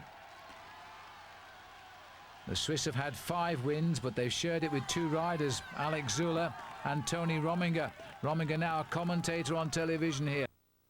Now this is González de Galdiano in that points jersey. About the great riding by Van den Broek, because he's closing in. And he needs a good performance now. He's got to try and get a time 31 seconds quicker than Jan Ulrich. But here's the man going to set the marker for them all, because Alex Zülle has done a flyer. And Zülle coming up towards the end of his 46-kilometer test. There is the time. It's going to be the best time. And that is the time on the line. It's the clock, in fact, hasn't stopped at about 1:07:57, I think it was. Something like that anyway, but he is the leader on the board. 1:07:47, that is the leader's time, as now we go to the streamlined cyclist here of Jan Ulrich in his element now. And if the time checks are to be believed, he is absolutely scorching along the road here and seems to be beating just about everybody by a big time. The camera's gone a little bit off here, so it's got a bit of water in or something from previous stages, but bear with us. But Jan Ulrich here is riding the time trial of his life, I think. He's starting to pick them all off, including the man who was 30 seconds behind him. Well, forget that now, because he's now 2 minutes and 30 seconds behind him as Ullrich catches up with González de Galdeano. Is he going to spare him a look, or is he just going to ride straight by him? The gap there now. This is a superb ride by him. That is a 3-minute start gap there, bridged, so he's 3.5 minutes in the overall classification now. Passing the regulation distance on the other side of the road, and it looks as though González de Galdeano is not going to try and take his slipstream, or is he? There'll be plenty of commissaires around him right now to stop that, I would think, as we go up to the finishing line. The arrival of Van den Broek. Zuller is in, remember, with the best time. Now, can Frank Van den Broek, and I can't believe it, do a better time? No, he's just outside, in fact, but this is a superb ride. He's going to slot in here for second place at the moment. So Van den Broek has drawn his guns in this final week, and he will get more points for that grey jersey here. That is an outstanding time by Frank Van den Broek. He is going to be over the moon when he realises what that time is worth. Now the arrival, not the last man on the course now, but the second to last man on the course. You are looking at the winner of the 1999 Tour of Spain here, because Jan Ullrich has totally annihilated his Spanish fly behind him. Curt dropped him. He is winning this time trial by minutes now, according to the interim checks. Zuller is still the best, but Zuller will also have to bow. Here is the arrival of Roberto Heras, and he also is losing time as he sprints the line. Let's see what he gets. There's the time of Heras, fourth at the moment. Mauri is ahead of him. Cuesta is behind him. Is he going to finish in fourth place? I don't think so. I think he'll fall behind Cuesta as well here. As Heras comes up to the line, just gets in. No, he's gone by. He will be there in fifth place. And my goodness me, Ullrich isn't far behind Heras either here. This has been a destructive trail set by the German rider as he comes in with a marvellous time. The time of Zuller 1:07, the time of Ullrich 1:4:57. He has eaten them alive today, and he's just told them, I have won the Tour of Spain. There is the result of the time trial, 2 minutes 50 over Zuller, and more importantly, none of his main rivals are in the top 5. Now he can relax with 1 day to go and stretch high those flowers and the trophy, and then bow down to the two women alongside. The race arrives in Madrid for a circuit race of 163 kilometres, finishing, of course, in the capital of Spain. And they're going to witness now for sure a German winner for only the third time in the history of this event, because Jan Ullrich now overall has eclipsed the general classification. 4 minutes 15 seconds ahead of Galdeano, 5 minutes 57 seconds ahead of Roberto Heras, and 7:53 ahead of Pavel Tonkov, who is up into fourth place. Those are big time gaps in anybody's language. And the racing is done, and time, as always, on these traditional last stages to enjoy the occasion a little bit, because you're not going to get any more time back now. And the privileged position of these two youngsters in the Once team car, the hot seat for the day, with Manolo Saez to the left of our picture, who had his moments in this race with Alano, but it all faded away in the end. And it looks as though somebody has tried to slip off, as they often do. Max van Heeswijk did it a couple of years ago, got away in the last kilometre and stole the honours on the last day. But this is a battle of the sprinters now, and it looks as though coming out from the left of the picture there's Jeroen Blijlevens. I'd almost forgotten he was in the race as he comes forward to the line, but he's going to hit the line first and gets it. Well, can you believe that? Jeroen Blijlevens has taken the victory.